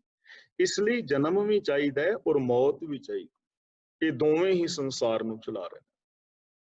ਸੰਜੋਗ ਔਰ ਵਿਜੋਗ, ਮਿਲਾਪ ਔਰ ਵਿਛੋੜਾ। ਅਸੀਂ ਹੁਣ ਸਾਹ ਲਿਆ ਨਾ ਅੰਦਰ, ਆਕਸੀਜਨ ਅੰਦਰ ਗਈ, ਤੇ ਜੇ ਅਸੀਂ ਕਹੀਏ ਕਿ ਹੁਣ ਇਹ ਸਾਹ ਦਾ ਵਿਜੋਗ ਹੋਵੇ ਹੀ ਨਾ, ਬਾਹਰ ਨਾ ਨਿਕਲੇ, ਤਾਂ ਅਸੀਂ ਜ਼ਿੰਦਾ ਨਹੀਂ ਰਹਿ ਸਕਦੇ। ਅੰਦਰ ਗਿਆ ਸਾਹ ਬਾਹਰ ਜਾ ਰਿਹਾ ਹੈ, ਬਾਹਰ ਗਿਆ ਅੰਦਰ ਜਾ ਰਿਹਾ ਹੈ।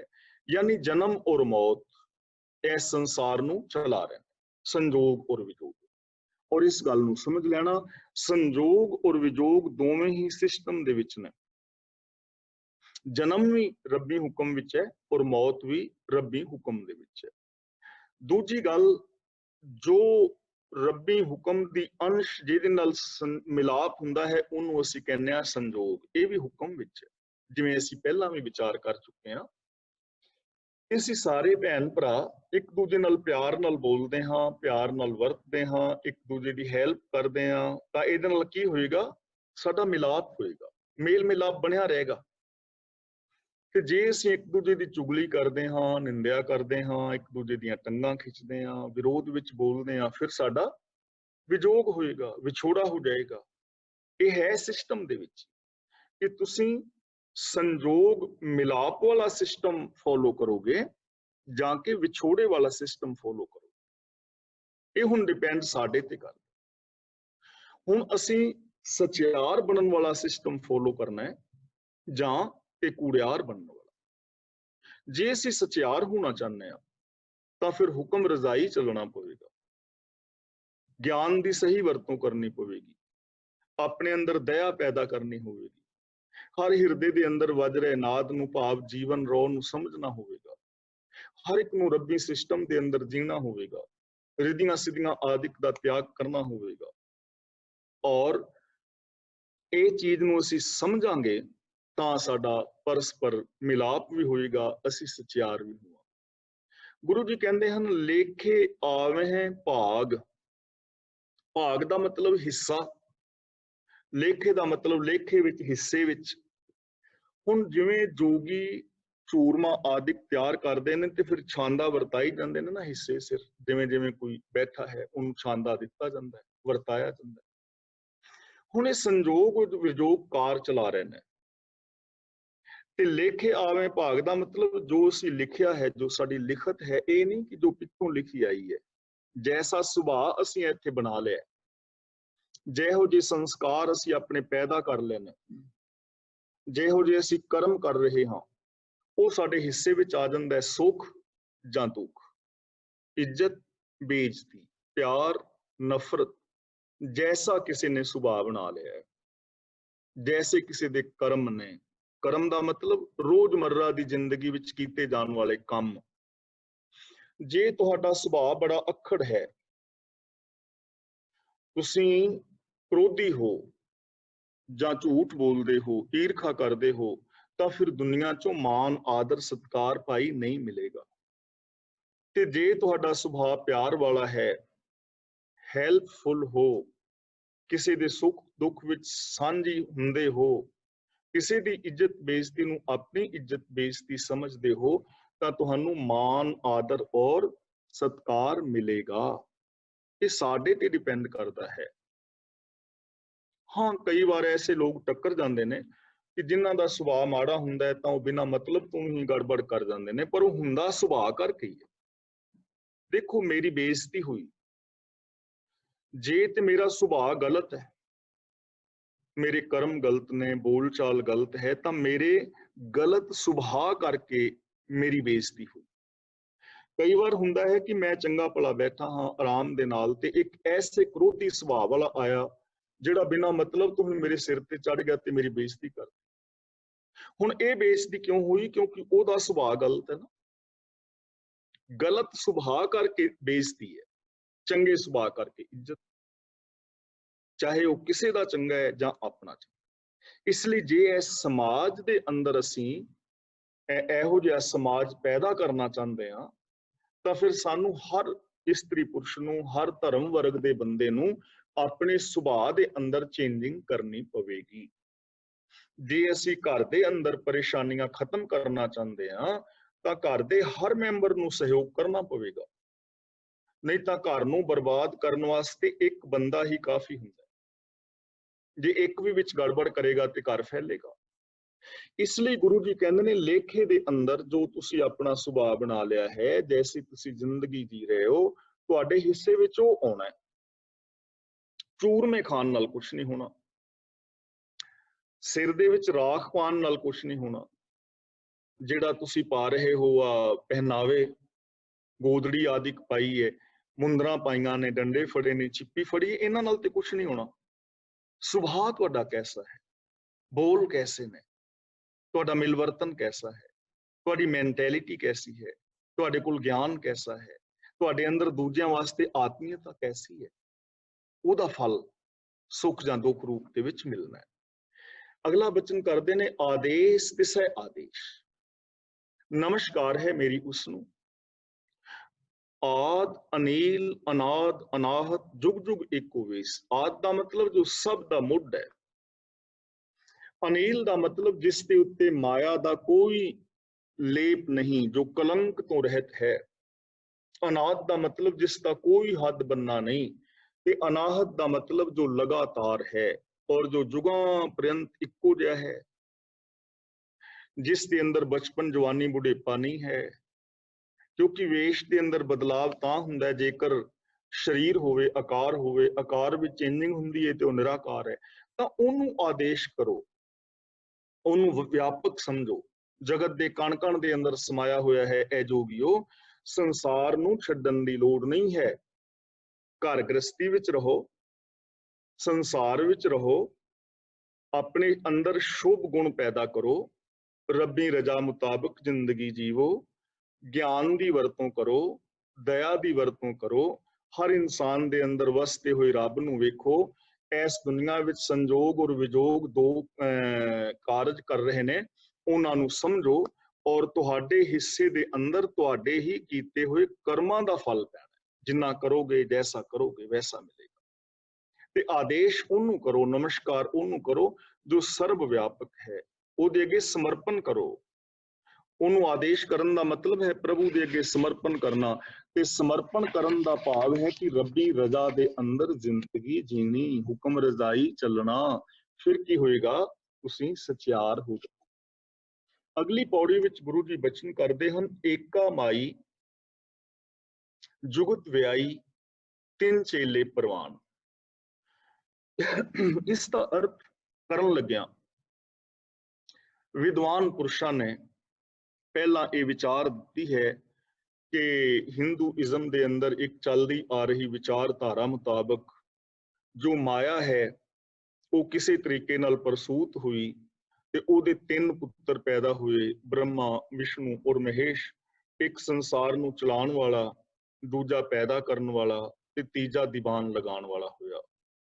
ਲੇਕਿਨ ਇਸ ਤਰ੍ਹਾਂ ਅਰਥ ਕੀਤੇ ਨੇ ਵਿਦਵਾਨ ਪੁਰਸ਼ਾਂ ਨੇ, ਪਰ ਇੱਥੇ ਮੈਂ ਆਪ ਦੇ ਨਾਲ ਇੱਕ ਹੋਰ ਵਿਚਾਰ ਸਾਂਝੀ ਕਰਨੀ ਚਾਹੁੰਦਾ ਜੋ ਕਿ ਗੁਰਮਤ ਦੇ ਜ਼ਿਆਦਾ ਨਜ਼ਦੀਕ ਹੈ, ਕਿਉਂਕਿ ਗੱਲ ਜੋਗੀਆਂ ਦੀ ਚੱਲ ਰਹੀ ਹੈ, ਗੱਲ ਜੋਗੀਆਂ ਦੀ ਚੱਲ ਰਹੀ ਹੈ ਤੇ ਉਸੇ ਲੜੀ ਦੇ ਅੰਦਰ ਅਸੀਂ ਇਸ ਚੀਜ਼ ਨੂੰ ਹੁਣ ਵੇਖਣ ਦਾ ਯਤਨ ਕਰਨਾ ਹੈ। ਹੁਕਮ ਰਜ਼ਾਈ ਦੇ ਅੰਦਰ ਇਸ ਪੌੜੀ ਨੂੰ ਵੀ ਅਸੀਂ ਸਮਝਣ ਦਾ ਯਤਨ ਕਰਨਾ ਹੈ। ਏਕਾ ਮਾਈ, ਮਾਈ ਦਾ ਮਤਲਬ ਮਾਇਆ, ਤੇ ਮਾਇਆ ਕੀ ਹੈ? ਦੇਖੋ, ਮਾਇਆ ਨੂੰ ਇੱਕ ਸ਼ਕਤੀ ਮੰਨਿਆ ਗਿਆ ਹੈ ਦੂਜੇ ਧਰਮਾਂ ਦੇ ਅੰਦਰ।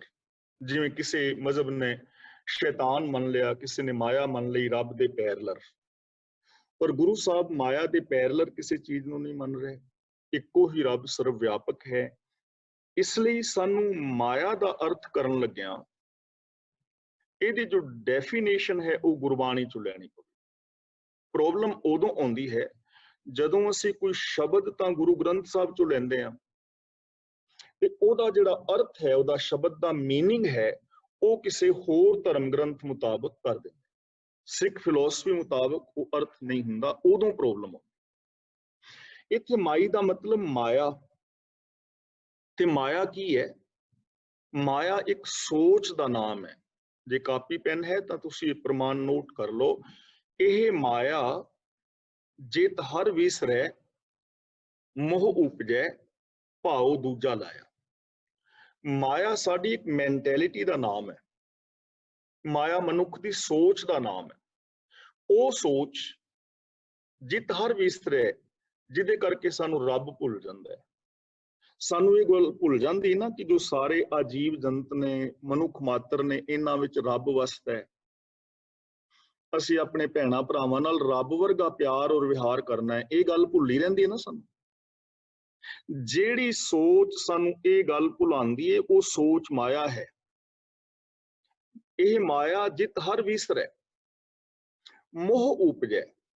ਸੋਚ ਜਿਹੜੀ ਕਰਕੇ ਅਸੀਂ ਸੈਲਫਿਸ਼ ਹੁੰਦੇ ਹਾਂ, ਸਾਡੇ ਅੰਦਰ ਸੈਲਫਿਸ਼ਨੈਸ ਪੈਦਾ ਹੁੰਦੀ, ਮੋਹ, ਸਵਾਰਥ, ਜੋ ਸਾਨੂੰ ਸਵਾਰਥੀ ਬਣਾਉਂਦੀ ਹੈ, ਸੈਲਫਿਸ਼ ਬਣਾਉਂਦੀ ਹੈ, ਸਾਡੀ ਉਹ ਸੋਚ ਮਾਇਆ ਹੈ। ਭਾਉ ਦੂਜਾ ਲਾਇਆ, ਜੋ ਸੱਚ ਨੂੰ ਛੱਡ ਕੇ ਹੋਰ ਦਾ ਪਿਆਰ ਪੈਦਾ ਕਰਦੀ, ਸਾਡੇ ਅੰਦਰ ਮੇਰ ਤੇਰ ਦੇ ਵਿਤਕਰੇ ਪੈਦਾ ਕਰਦੀ, ਉਹਨੂੰ ਮਾਇਆ ਕਹਿੰਦੇ ਨੇ। ਉਹ ਮਾਇਆ ਹੈ, ਸਾਡੀ ਉਹ ਮੈਂਟੈਲਿਟੀ, ਸਾਡੀ ਉਹ ਸੋਚ। ਤਾਂ ਹੁਣ ਗੁਰੂ ਜੀ ਕਹਿੰਦੇ ਨੇ ਇਹ ਜਿਹੜੀ ਮਾਇਆ ਹੈ, ਜੁਗਤ ਵਿਆਈ, ਵਿਆਈ ਦਾ ਮਤਲਬ ਆਪਣੇ ਅੰਡਰ ਕਰ ਲਈ, ਅਧੀਨ ਕਰ ਲਈ। ਜੁਗਤ ਦਾ ਮਤਲਬ ਜੁਗਤੀ।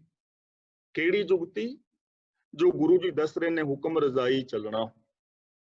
ਜੋ ਗੁਰੂ ਜੀ ਨੇ ਦੱਸਿਆ ਹੈ, ਮਤ ਵਿੱਚ ਰਤਨ ਜਵਾਹਰ ਮਾਣਿਕ, ਜੇ ਇੱਕ ਗੁਰ ਕੀ ਸਿੱਖ ਸੁਣੀ।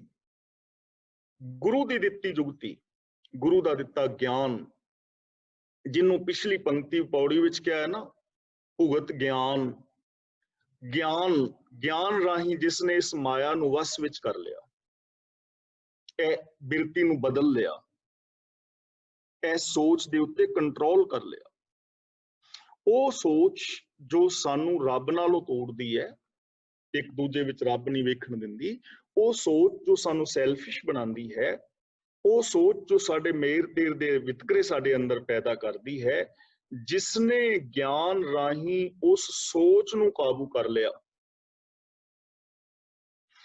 3 ਚੇਲੇ ਪ੍ਰਵਾਨ, ਪ੍ਰਵਾਨ ਦਾ ਮਤਲਬ ਪ੍ਰਤੱਖ ਤੌਰ ਤੇ।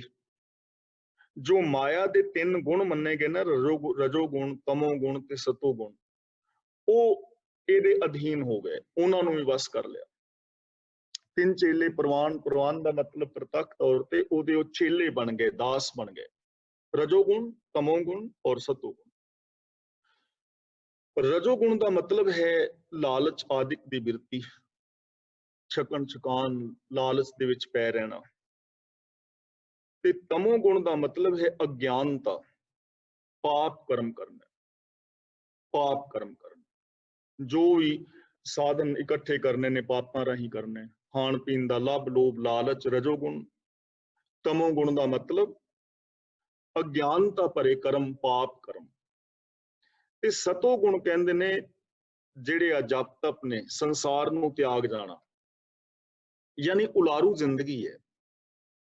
जे बंदा गृहस्थी विच है, संसार विच है, तो निरे पाप कर्म कर रहा है, यानी लभ लोभ लालच विच दूजियां दीयां प्रॉपर्टियां दबा रहा है, केवल संसारी बिरती है, उलारू जीवन।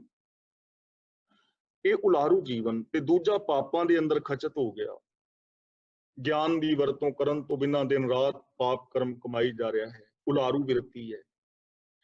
तीजा जिहड़ा बंदा है वो संसार नूं छड्ड के चला गया, जिवें जोगी छड्ड गए, तो ये उलारू बिरती छड्ड के भज गए, इहनूं कहंदे ने सतोगुण।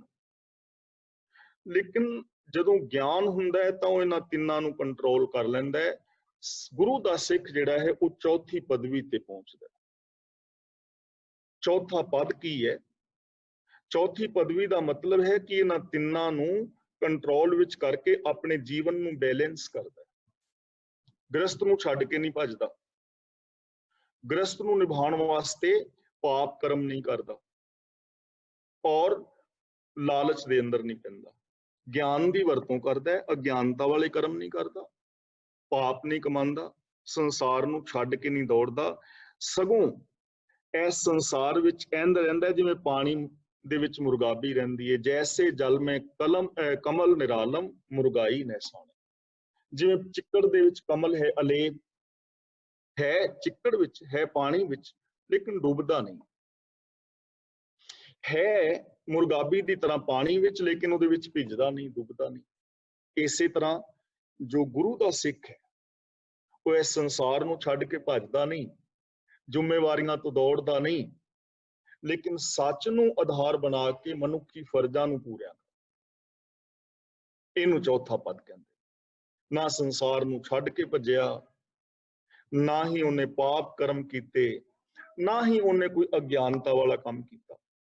संसार विच रहिंदा निरंकार दा रूप हो गया, हुक्म रजाई चलिया हो। जिवें गुरुदेव पातशाह जी कहंदे ना, नानक सतगुर भेटिए पूरी होवे जुगत, हसंदियां खेलंदियां खावंदियां पैनंदियां विचे होवे मुकत। कि जदों गुरु दे दस्से राह ते बंदा तुरदा है ना, पूरी जीवन जुगती हसदियां खेडदियां खांदियां पहनदियां संसार दी जिंदगी जींदियां ही विकारां तो खलासी पा।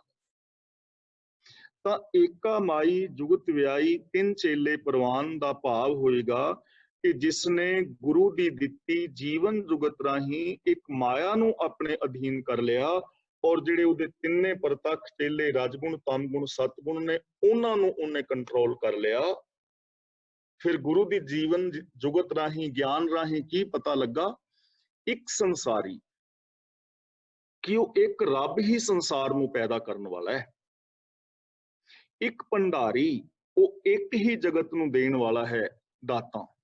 ਇੱਕ ਲਾਏ ਦੀਵਾਨ, ਤੇ ਉਹ ਲੇਖਾ ਜੋਖਾ ਕਰਨ ਵਾਲਾ ਵੀ ਇੱਕੋ ਹੀ ਹੈ, ਵਿਨਾਸ਼ ਕਰਨ ਵਾਲਾ ਵੀ ਇੱਕੋ ਹੀ ਹੈ। ਤਿੰਨ ਵੱਖਰੀਆਂ ਸ਼ਕਤੀਆਂ ਨਹੀਂ ਹਨ, ਇੱਕੋ ਹੀ ਸੰਸਾਰ ਨੂੰ ਪੈਦਾ ਕਰਨ ਵਾਲਾ। ਇੱਕ ਓੰਕਾਰ ਹੈ ਨਾ, ਇੱਕ ਓੰਕਾਰ ਦਾ ਮਤਲਬ ਇੱਕੋ ਹੀ ਹੈ, ਲਗਾਤਾਰ ਕੰਟੀਨਿਊ ਬਿਨਾਂ ਵਿੱਚ ਤੋਂ ਇੱਕ ਹੀ ਸਮਾਇਆ ਹੋਇਆ ਹੈ, ਇੱਕ ਹੀ ਫੈਲਿਆ ਹੋਇਆ ਹੈ। ਅਵਿਗਤ ਤੋਂ ਨਿਰਮਾਇਲ ਉਪਜੈ ਨਿਰਗੁਣ ਤੇ ਸਰਗੁਣ ਥੀਆ। देखो इस दुनिया विच जो सिस्टम है कि इस सिस्टम तो बाहर किसी नूं जीवन मिल रहा है, कोई पैदा हो रहा है सिस्टम तो बाहर, फसल पैदा हो रही है, जीव जंत पैदा हो रहे हैं, सारे इको ही सिस्टम राही पैदा हो रहे हैं, एक कुदरत के कानून मुताबिक हो रहे हैं। जो पालना हो रही है साडी सारियां दी, इको ही सिस्टम है। साडा खाना पीना गल वखरी है, किसी की खुराक वखरी है। कोई दाल पसंद करता है, कोई पिंडियां, कोई कड़ी पसंद करता है, कोई हलवा, ये गल वखरी है। लेकिन पालना तो इको तरह हो रही है। ऑक्सीजन नाल असीं जिंदा हाँ, साह लै रहे हैं, सारियां दे अंदर खून है, इको ही है पालन वाला। ते जो मौत है वो भी इको तरह ही हो रही है। ये गल वखरी है कि मौत का कारण वखरा हो सकता है। कोई एक्सीडेंट होकर मर गया, किसी की कैंसर नाल मौत हो गई, किसी की कोरोना नाल हो गई, किसी की हार्ट अटैक नाल हो गई, लेकिन मरना तो है ना, एक सिस्टम है। कारण वखरे वखरे हो सकते हैं। ਤਾਂ ਗੁਰੂ ਜੀ ਕਹਿੰਦੇ ਨੇ ਇੱਕੋ ਹੀ ਹੈ ਸੰਸਾਰ ਨੂੰ ਪੈਦਾ ਕਰਨ ਵਾਲਾ, ਦੂਜਾ ਨਹੀਂ ਕੋਈ। ਇੱਕੋ ਹੀ ਹੈ ਪਾਲਣ ਵਾਲਾ, ਇੱਕੋ ਹੀ ਹੈ ਮਾਰਨ ਵਾਲਾ। ਉਸ ਹੁਕਮ ਦੇ ਅੰਦਰ ਹੀ ਸਭ ਕੁਝ ਚੱਲ ਰਿਹਾ ਹੈ। ਅਗਲਾ ਬਚਨ ਕਰਦੇ ਨੇ, ਜਿਵ ਤਿਸ ਭਾਵੈ ਤਿਵੇਂ ਚਲਾਵੇ। ਜਿਵੇਂ ਉਸ ਨੂੰ ਪਾਉਂਦਾ ਹੈ ਤਿਵੇਂ ਹੀ ਇਸ ਜਗਤ ਨੂੰ ਚਲਾਉਂਦਾ ਹੈ। ਤੇ ਯਾਦ ਰੱਖਣਾ, ਉਹ ਕੋਈ ਇਸ ਦੁਨੀਆ ਤੋਂ ਵੱਖਰਾ ਬਹਿ ਕੇ ਨਹੀਂ ਚਲਾ ਰਿਹਾ ਕਿ ਉੱਤੋਂ ਆਰਡਰ ਦੇ ਰਿਹਾ ਹੋਵੇ। ਕਈ ਲੋਕ ਕਹਿ ਦਿੰਦੇ ਨੇ ਜੀ ਬ੍ਰਹਮਾ ਵਿਸ਼ਨ ਮਹੇਸ਼ ਉਹਨਾਂ ਦੀ ਲੇਬਰ ਨਹੀਂ ਹੈ, ਕਿਉਂਕਿ ਉਹ ਚਲਾ ਹੀ ਹੁਕਮ ਨਾਲ ਰਿਹਾ ਹੈ। ਕੋਈ ਵੱਖਰੇ ਅੱਗੇ ਦਫ਼ਤਰ ਨਹੀਂ ਖੋਲੇ ਹੋਏ ਕਿ ਤੂੰ ਸੰਸਾਰ ਨੂੰ ਪੈਦਾ ਕਰ, ਤੂੰ ਇੰਜ ਕਰ। ਸਾਰਾ ਕੁਝ ਜੋ ਕੁਛ ਪਾਇਆ ਸੋ ਇੱਕ ਆਵਾਰ। ਜਿਵ ਤਿਸ ਭਾਵੈ, ਭਾਵੇ ਦਾ ਮਤਲਬ ਭਾਣਾ, ਰਜ਼ਾ, ਹੁਕਮ, ਸਿਸਟਮ। ਜਿਵੇਂ ਉਸ ਮਾਲਕ ਦਾ ਸਿਸਟਮ ਹੈ ਉਵੇਂ ਹੀ ਇਸ ਸੰਸਾਰ ਨੂੰ ਚਲਾ ਰਿਹਾ, ਉਹ ਸਿਸਟਮ ਚਲਾ ਰਿਹਾ। ਜਿਵੇਂ ਅਸੀਂ ਪਿੱਛੇ ਪੜ੍ਹਿਆ ਨਾ, ਸੰਜੋਗ ਵਿਜੋਗ ਦੁਇਕਾਰ ਚਲਾਵੇਂ, ਲੇਖੇ ਆਵੇਂ ਭਾਗ। ਜਿਵੇਂ ਅਸੀਂ ਸ਼ੁਰੂ ਦੇ ਅੰਦਰ ਪੜ੍ਹ ਆਏ ਹਾਂ ਕਿ ਹੁਕਮੇ ਅੰਦਰ ਸਭ ਕੋ, ਬਾਹਰ ਹੁਕਮ ਨਾ ਕੋਏ। ਸਭ ਕੋ ਦਾ ਮਤਲਬ ਸਭ ਕੁਝ, ਹਰ ਕੁਝ, ਸਭ ਕੁਝ। ਮਨੁੱਖ ਮਾਤਰ, ਪਸ਼ੂ ਪੰਛੀ, ਜੀਵ ਜੰਤ, ਵਨਸਪਤੀ, ਗ੍ਰਹਿ ਨਕਸ਼ਤਰ, ਤਾਰੇ, ਸਭ ਕੁਝ ਹੁਕਮ ਦੇ ਅੰਦਰ। ਹੁਕਮ ਦਾ ਮਤਲਬ ਸਿਸਟਮ, ਉਵੇਂ ਚਲਾਉਂਦਾ ਹੈ। ਕੋਈ ਰੱਬ ਦੇ ਉੱਤੇ ਫੁਰਮਾਨ ਨਹੀਂ ਚੜਾ ਸਕਦਾ ਕਿ ਰੱਬਾ ਇੰਜ ਨਹੀਂ ਤੇ ਇੰਜ ਕਰ। ਕੋਈ ਇਸ ਧਰਤੀ ਨੂੰ ਪੁੱਠਾ ਗੇੜਾ ਨਹੀਂ ਦੇ ਸਕਦਾ। ਕੋਈ ਸੂਰਜ ਨੂੰ ਧਰਤੀ ਦੇ ਚਫੇਰੇ ਨਹੀਂ ਘੁਮਾ ਸਕਦਾ।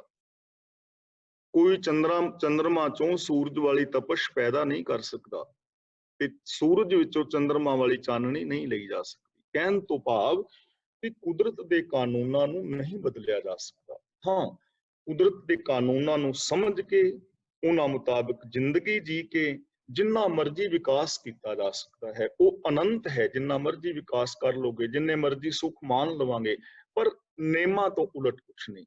ਜਿਵ ਹੋਵੇ ਫੁਰਮਾਨ, ਜਿਵੇਂ ਉਹਦਾ ਫੁਰਮਾਨ ਹੈ। ਫੁਰਮਾਨ ਦਾ ਮਤਲਬ ਹੁਕਮ, ਹੁਕਮ ਦਾ ਮਤਲਬ ਸਿਸਟਮ, ਲਾ ਆਫ ਨੇਚਰ। ਜਿਵੇਂ ਉਹਦਾ ਸਿਸਟਮ ਹੈ ਉਵੇਂ ਹੁੰਦਾ ਹੈ। ਉਹ ਵੇਖੇ, ਉਹਨਾਂ ਨਜ਼ਰ ਨਾ ਆਵੇ। ਹੁਣ ਉਹ ਰੱਬ ਵੇਖ ਰਿਹਾ ਹੈ, ਉਹਨਾਂ ਨਜ਼ਰ ਨਾ ਆਵੇ, ਉਹਨਾਂ ਦਾ ਮਤਲਬ ਉਹਦੇ ਪੈਦਾ ਕੀਤਾ ਹੋਇਆਂ ਨੂੰ ਨਜ਼ਰ ਹੀ ਨਹੀਂ ਪੈ ਰਿਹਾ। ਹੁਣ ਵੇਖ ਤੇ ਰਿਹਾ ਹੈ, ਉਹ ਹਰ ਥਾਂ ਤੇ ਵੇਖ ਰਿਹਾ ਹੈ ਨਾ। ਸਿਸਟਮ ਦੇ ਅੰਦਰ ਅਸੀਂ ਵਾਚੇ ਜਾ ਰਹੇ ਹਾਂ, ਅਸੀਂ ਆਪਣੇ ਆਪ ਨੂੰ ਵੇਖ ਰਹੇ ਹਾਂ, ਸਾਡਾ ਆਪਣਾ ਆਪਾ ਸਾਨੂੰ ਵੇਖ ਰਿਹਾ ਨਾ। ਦੇਖੋ, ਅਸੀਂ ਗੁਰਦੁਆਰਾ ਸਾਹਿਬ, ਮੰਦਿਰ, ਮਸਜਿਦ ਜਾਂ ਕਿਸੇ ਵੀ ਧਰਮ ਸਥਾਨ ਵਿੱਚ ਆਪੋ ਆਪਣੇ ਧਰਮ ਸਥਾਨਾਂ ਵਿੱਚ ਜਾ ਕੇ ਲੋਕੀ ਅਰਦਾਸ ਕਰਦੇ ਨੇ, ਪ੍ਰਾਰਥਨਾ ਕਰਦੇ ਨੇ, ਕਰਦੇ ਆ ਨਾ। ਤੇ ਇੰਝ ਸਮਝਦੇ ਹਾਂ ਕਿ ਗੁਰਦੁਆਰਾ ਸਾਹਿਬ ਰੱਬ ਹੈ, ਮੰਦਿਰ ਵਿੱਚ ਰੱਬ ਹੈ, ਮਸਜਿਦ ਵਿੱਚ ਰੱਬ ਹੈ। ਅਸੀਂ ਉੱਥੇ ਰੱਬ ਅੱਗੇ ਅਰਦਾਸ ਕਰ ਰਹੇ ਹਾਂ ਕਿ ਇੱਥੇ ਰੱਬ ਹੈ, ਔਰ ਵਾਸਤਵ 'ਚ ਹੈ, ਰੱਬ ਹਰ ਥਾਂ ਤੇ ਹੈ। ਲੇਕਿਨ ਜਦੋਂ ਅਸੀਂ ਪਾਪ ਕਮਾਉਂਦੇ ਹਾਂ, ਅਸੀਂ ਭੁੱਲ ਜਾਂਦੇ ਹਾਂ ਵੀ ਇੱਥੇ ਰੱਬ ਨਹੀਂ ਹੈ। ਰੱਬ ਤੇ ਉੱਥੇ ਵੀ ਜਿੱਥੇ ਪਾਪ ਕਮਾ ਰਹੇ ਹੋ। ਜਦੋਂ ਕਿਸ ਤੋਂ ਰਿਸ਼ਵਤ ਲੈ ਰਹੇ ਹੋ, ਰੱਬ ਤੇ ਉੱਥੇ ਵੀ ਹੈ। ਜਦੋਂ ਕਿਸੇ ਦੇ ਪੈਸੇ ਮਾਰ ਰਹੇ ਹੋ, ਰੱਬ ਤੇ ਉੱਥੇ ਵੀ ਹੈ। ਜਦੋਂ ਕਿਸੇ ਦੇ ਹੱਕ ਖਾ ਰਹੇ ਹੋ, ਰੱਬ ਤੇ ਉੱਥੇ ਵੀ ਹੈ। ਜਦੋਂ ਈਰਖਾ ਕਰ ਰਹੇ ਹੋ, ਚੁਗਲੀ ਨਿੰਦਿਆ ਕਰ ਰਹੇ ਹੋ ਕਿਸੇ ਦੀ ਮਿੱਟੀ ਪਲੀਤ ਕਰਦੇ ਹੋ, ਰੱਬ ਤੇ ਉੱਥੇ ਵੀ ਹੈ। ਲੋਕ ਸਮਝਦੇ ਨੇ ਰੱਬ ਸਿਰਫ ਸੁਣਦਾ ਹੈ, ਰੱਬ ਦੇ ਸਿਰਫ ਕੰਨ ਨੇ, ਅੱਖਾਂ ਕੋਈ ਨਹੀਂ। ਲੋਕ ਸਮਝਦੇ ਨੇ ਰੱਬ ਅੰਨਾ ਹੈ, ਸਿਰਫ ਕੰਨ ਨੇ ਰੱਬ ਦੇ, ਅੱਖਾਂ ਕੋਈ ਨਹੀਂ। ਕਿਉਂ? ਅਸੀਂ ਗੁਰਦੁਆਰੇ, ਮੰਦਿਰ, ਮਸੀਤ ਵਿੱਚ ਜਾਂਦੇ ਹਾਂ ਨਾ, ਤੇ ਅਸੀਂ ਆਪਣੇ ਦਿੱਤੇ ਹੋਏ ਕਿਸੇ ਵੀ ਦਾਨ ਦੀ ਅਨਾਉਂਸ ਕਰਾਉਂਦੇ ਹਾਂ ਕਿ ਸਾਰੇ ਲੋਕ ਸੁਣ ਲੈਣ। ਸਾਨੂੰ ਇੰਝ ਪ੍ਰਤੀਤ ਹੁੰਦਾ ਹੈ ਕਿ ਜੇ ਬਿਨਾਂ ਨਾਂ ਲੈਣ ਤੋਂ ਗੋਲਕ 'ਚ ਪੈਸੇ ਪਾ ਦਿੱਤੇ ਤੇ ਰੱਬ ਨੇ ਵੇਖਣਾ ਨਹੀਂ, ਕਿਉਂਕਿ ਉਹ ਤੇ ਅੰਨਾ ਹੈ, ਉਹਨੂੰ ਦਿਸਦਾ ਥੋੜਾ, ਉਹ ਸਿਰਫ ਸੁਣਦਾ ਹੈ। ਤੇ ਜਦੋਂ ਅਸੀਂ ਚੋਰੀ ਕਰਨੇ ਆ, ਸਾਨੂੰ ਪਤਾ ਹੁੰਦਾ ਵੀ ਰੱਬ ਅੰਨਾ, ਉਹਨੂੰ ਕੋਈ ਕਿਹੜਾ ਵਹਿੰਦਾ ਥੋੜੀ। ਜਦੋਂ ਅਸੀਂ ਪਾਪ ਕਮਾਉਂਦੇ ਆ, ਅਸੀਂ ਪਰਾਈ ਧੀ ਭੈਣ ਨੂੰ ਮਾੜੀ ਨਜ਼ਰ ਨਾਲ ਵੇਖ ਰਹੇ ਹੁੰਦੇ ਆ ਨਾ, ਇੰਝ ਜਾਪਦਾ ਵੀ ਰੱਬ ਅੰਨਾ ਹੈ, ਉਹਨੂੰ ਕਿਹੜਾ ਦਿਸਦਾ, ਉਹ ਕਿਹੜਾ ਇੱਥੇ ਹੈ। ਇਸ ਲਈ ਜ਼ਰੂਰਤ ਹੈ ਉਹ ਵੇਖ ਰਿਹਾ ਹੈ। ਮੰਨ ਲਓ ਸਪੋਜ਼ ਕਿ ਮੈਂ ਤੁਹਾਡੀ ਚੋਰੀ ਕਰਨਾ, ਤੁਹਾਡੇ ਘਰ ਵਿੱਚ ਗਿਆ, ਤੁਸੀਂ ਆਸੇ ਪਾਸੇ ਹੋਏ, ਮੈਂ ਤੁਹਾਡਾ ਕੋਈ ਪੈਨ, ਕੋਈ ਫੋਨ, ਕੋਈ ਪੈਸਾ ਚੁੱਕ ਲਿਆ, ਤੁਸੀਂ ਨਹੀਂ ਵੇਖਿਆ, ਤੁਸੀਂ ਮੇਰੇ ਤੇ ਸ਼ੱਕ ਵੀ ਨਹੀਂ ਕੀਤਾ। ਲੇਕਿਨ ਮੈਂ ਤੇ ਵੇਖ ਰਿਹਾ ਨਾ ਮੈਂ ਚੋਰੀ ਕੀਤੀ ਹੈ, ਮੈਂ ਆਪਣੇ ਆਪ ਤੋਂ ਕਿਵੇਂ ਮੁਕਰਾਂ? ਮੇਰਾ ਆਪਣਾ ਆਪਾ ਤੇ ਰੱਬ ਹੈ ਨਾ। ਇੱਕ ਕਹਾਣੀ ਤੁਸੀਂ ਸਾਰਿਆਂ ਨੇ ਸੁਣੀ ਹੋਏਗੀ, ਸਾਨੂੰ ਸਹਿਯੋਗ ਦੇ ਸਕਦੀ ਹੈ ਕਿ ਕਿਸੇ ਬੰਦੇ ਨੇ ਆਪਣੇ ਦੋ ਚੇਲਿਆਂ ਨੂੰ ਇਨਾਮ ਦੇਣਾ ਸੀ ਕਿ ਇਹ ਇਨਾਮ ਉਸ ਨੂੰ ਮਿਲੇਗਾ ਜੋ ਆ ਦੋ ਕਬੂਤਰ ਨੇ, ਇਹਨਾਂ ਨੂੰ ਲੈ ਜਾਓ ਤੇ ਉੱਥੇ ਮਾਰ ਕੇ ਲਿਆਓ ਜਿੱਥੇ ਕੋਈ ਵੇਖਦਾ ਨਾ ਹੋਵੇ। ਉਹ ਦੋਵੇਂ ਲੈ ਕੇ ਚਲੇ ਗਏ। ਇੱਕ ਬੰਦਾ ਮਾਰਨ ਲੱਗਾ ਝਾੜੀ ਉਹਲੇ, ਉਹਨੇ ਵੇਖਿਆ ਯਾਰ ਇੱਥੇ ਤੇ ਕਿਸੇ ਨੇ ਵੇਖ ਲੈਣਾ, ਉਹ ਵੇਖਦਾ ਤੇ ਇੱਕ ਬੰਦਾ ਨਾ ਗੁਫਾ ਦੇ ਵਿੱਚ ਕਾਫੀ ਦੂਰ ਜਾ ਕੇ ਉਹਨੇ ਵੇਖਿਆ ਵੀ ਇੱਥੇ ਉਜਾੜ ਬਿਆਬਾਨ ਹੈਗਾ, ਇੱਥੇ ਕੁਛ ਨਹੀਂ। ਉੱਥੇ ਉਹਨੇ ਕਬੂਤਰ ਨੂੰ ਮਾਰਿਆ ਤੇ ਛਿਲ ਛੁਲ ਕੇ ਲਿਆਇਆ। ਦੂਜਾ ਬੰਦਾ ਬਹੁਤ ਘੁੰਮਿਆ, ਇੱਕ ਗੁਫਾ ਦੇ ਵਿੱਚ ਵੜ ਗਿਆ ਜਿੱਥੇ ਬਿਲਕੁਲ ਹਨੇਰਾ ਸੀ। ਉਹ ਕਬੂਤਰ ਨੂੰ ਮਰੋੜਨ ਲੱਗਾ ਤੇ ਫਿਰ ਵਾਪਸ ਆ ਗਿਆ। ਜਿੰਦਾ ਕਬੂਤਰ ਲਿਆ ਕੇ ਉਹਨੇ ਆਪਣੇ ਉਸ ਉਸਤਾਦ ਨੂੰ ਫੜਾ ਦਿੱਤਾ।